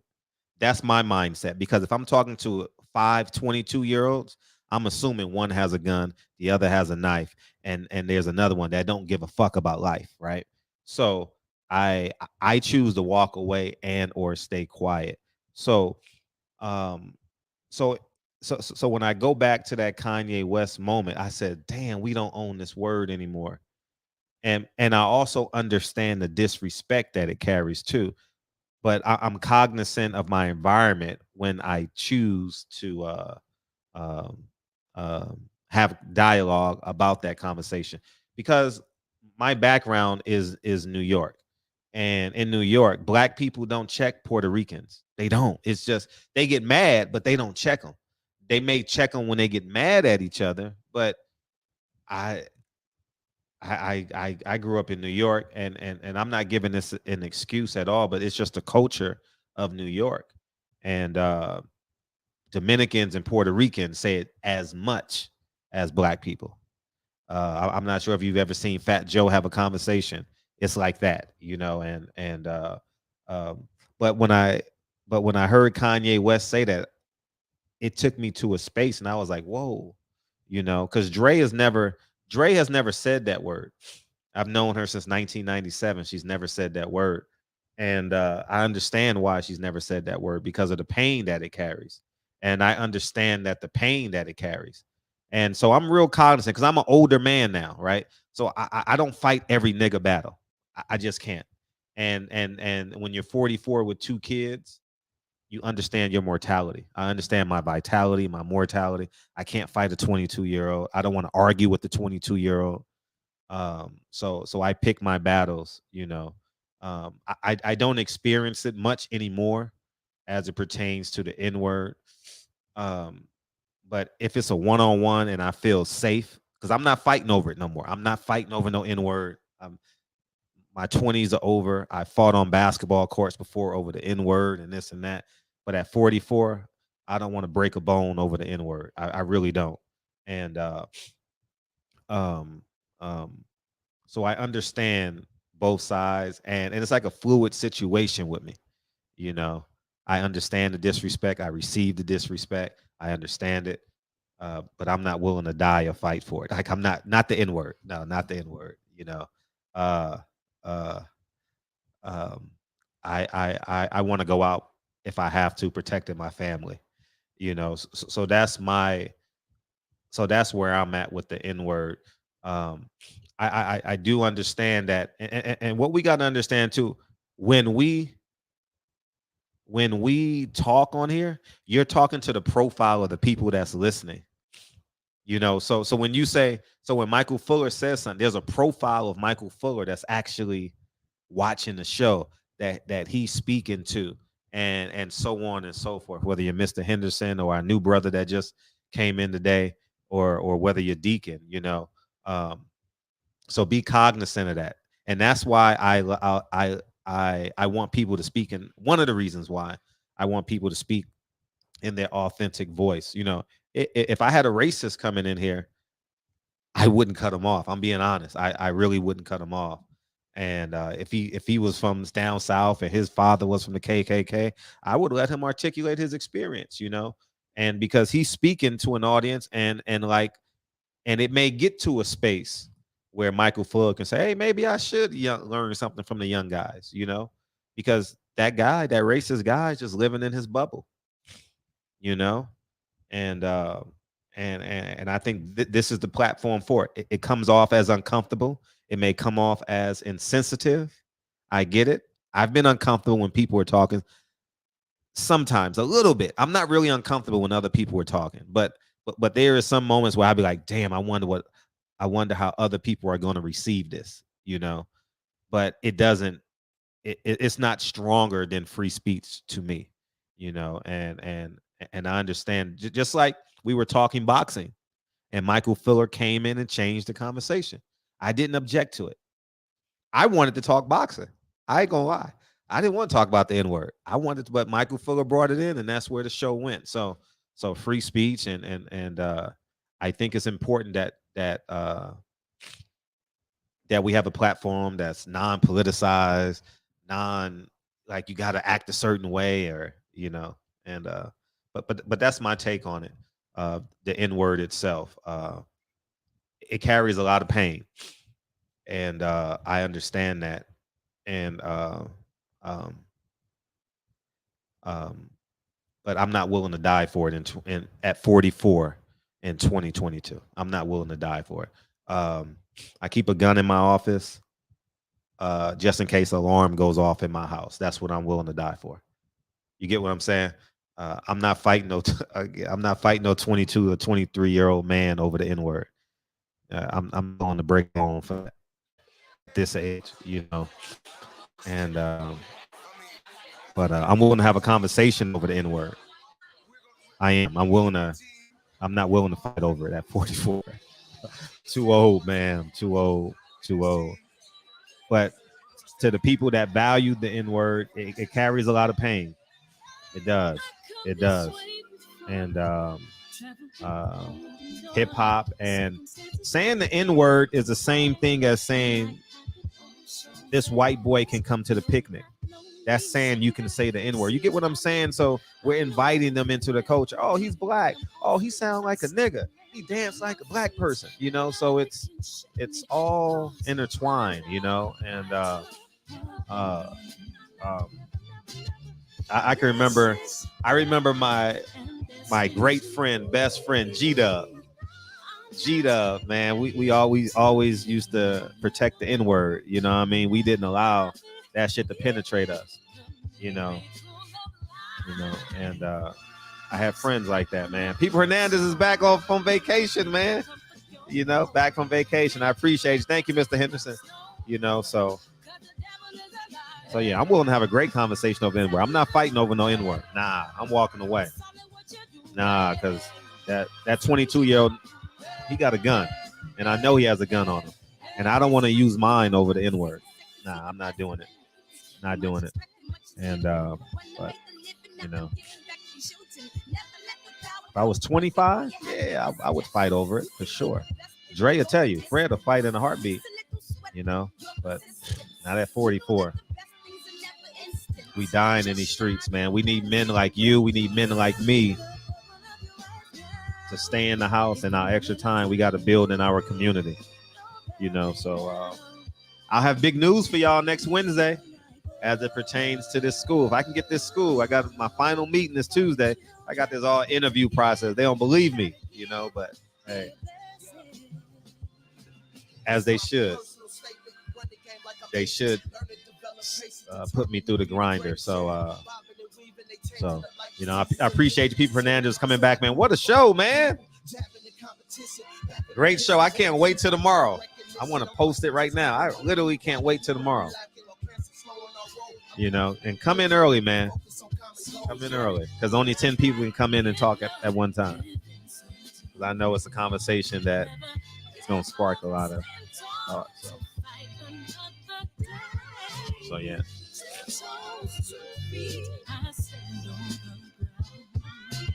Awesome show. Appreciate you, Birdman. Thanks to everybody that came through, man. Thank you. Appreciate you, peoples. And still like I. Appreciate you. Sigh like I, excuse me. Shame on you, bro. No, man. If you hit Dre, I gotta kill you, man. I'm not killing nobody for the N-word, man. I'm not. Oh, man, I can't do it. Love y'all, man. I don't think it's a killable offense. Love y'all, man. I'm gone.